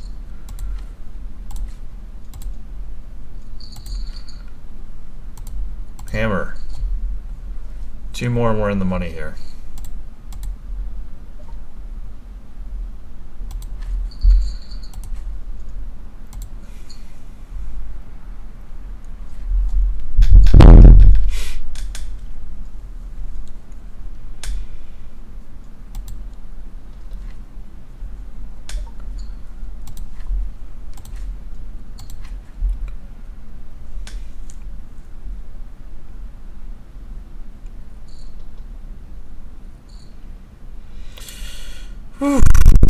Leads out.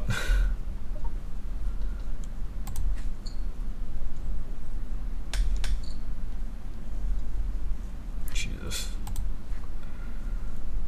See, leads out multi-way. You might be going with this hand. I will not be.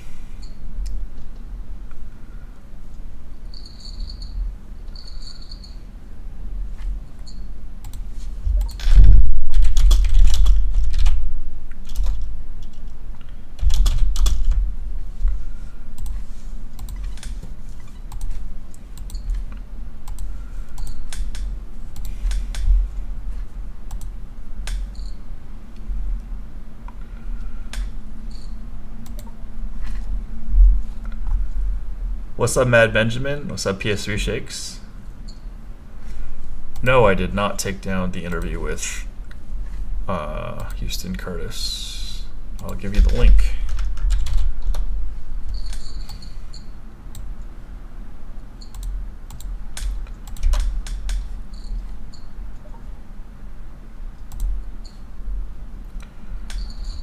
Ooh, I'm dropping very low in chip stack.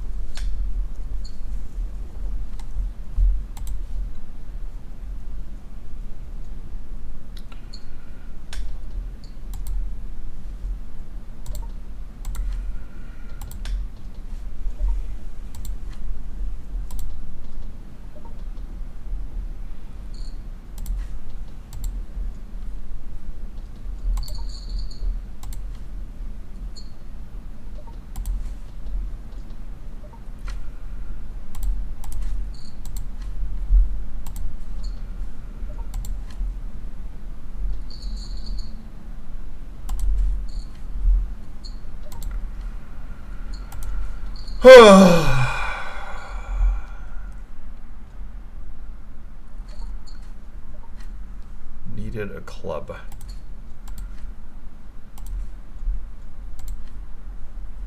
It's favorable.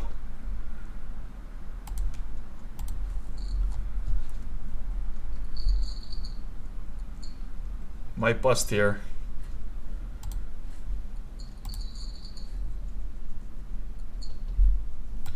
Just, you know, run into a set. Standard.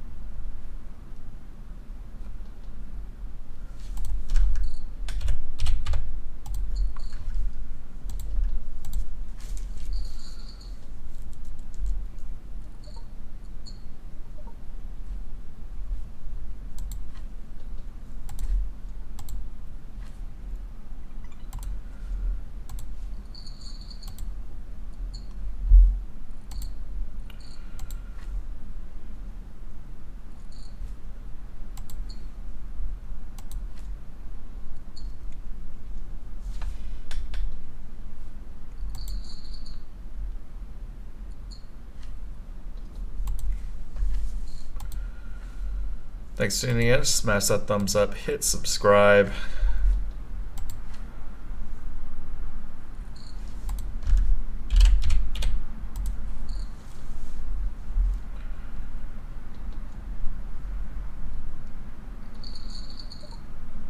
Yeah.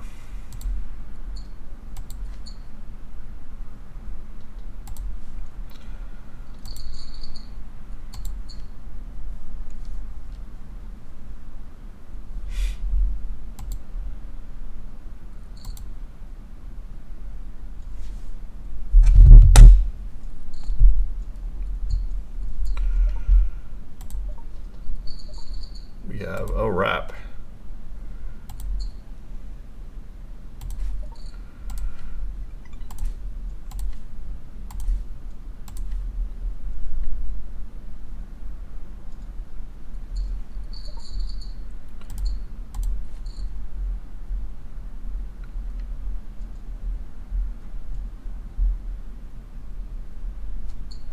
It's gonna be rough if the diamond hits.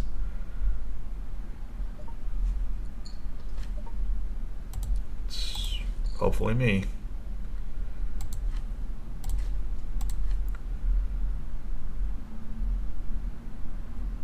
Looking good.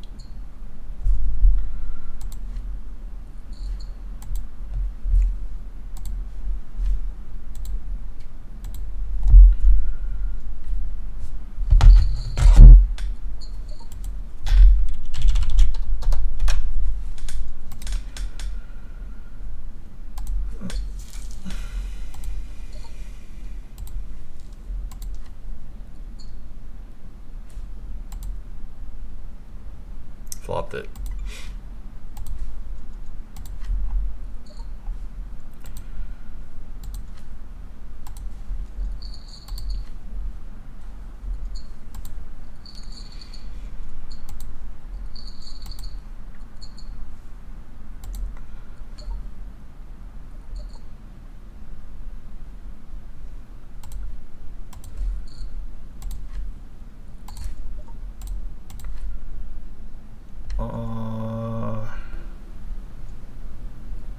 We can go with this hand.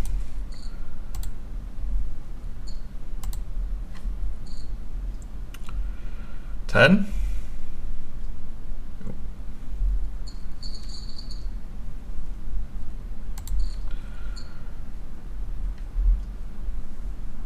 Pair flush draw. Let's try to fade a diamond here. It's a diamond.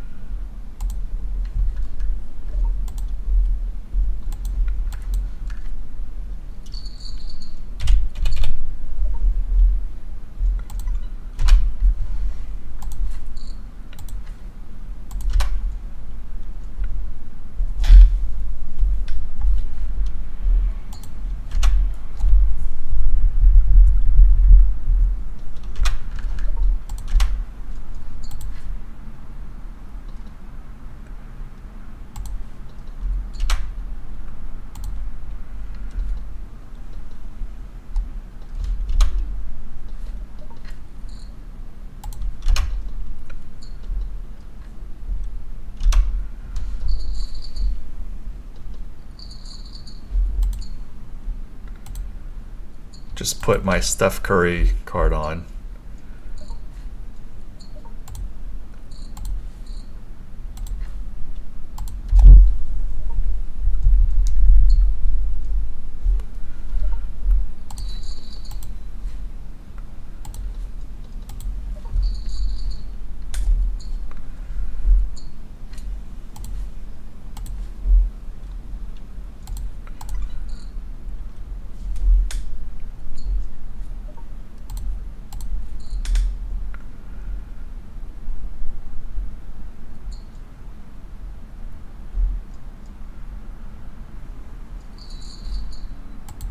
Guess he was drawing for an overbout, or he had twos.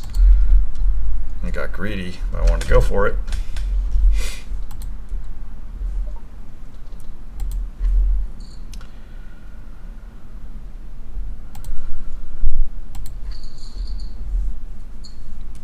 One more before we're in the money here.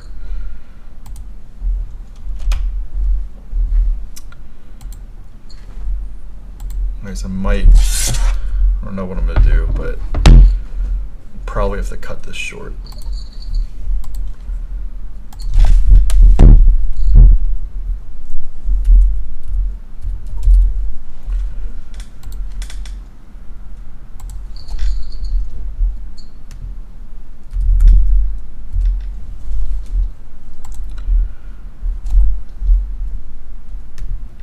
I have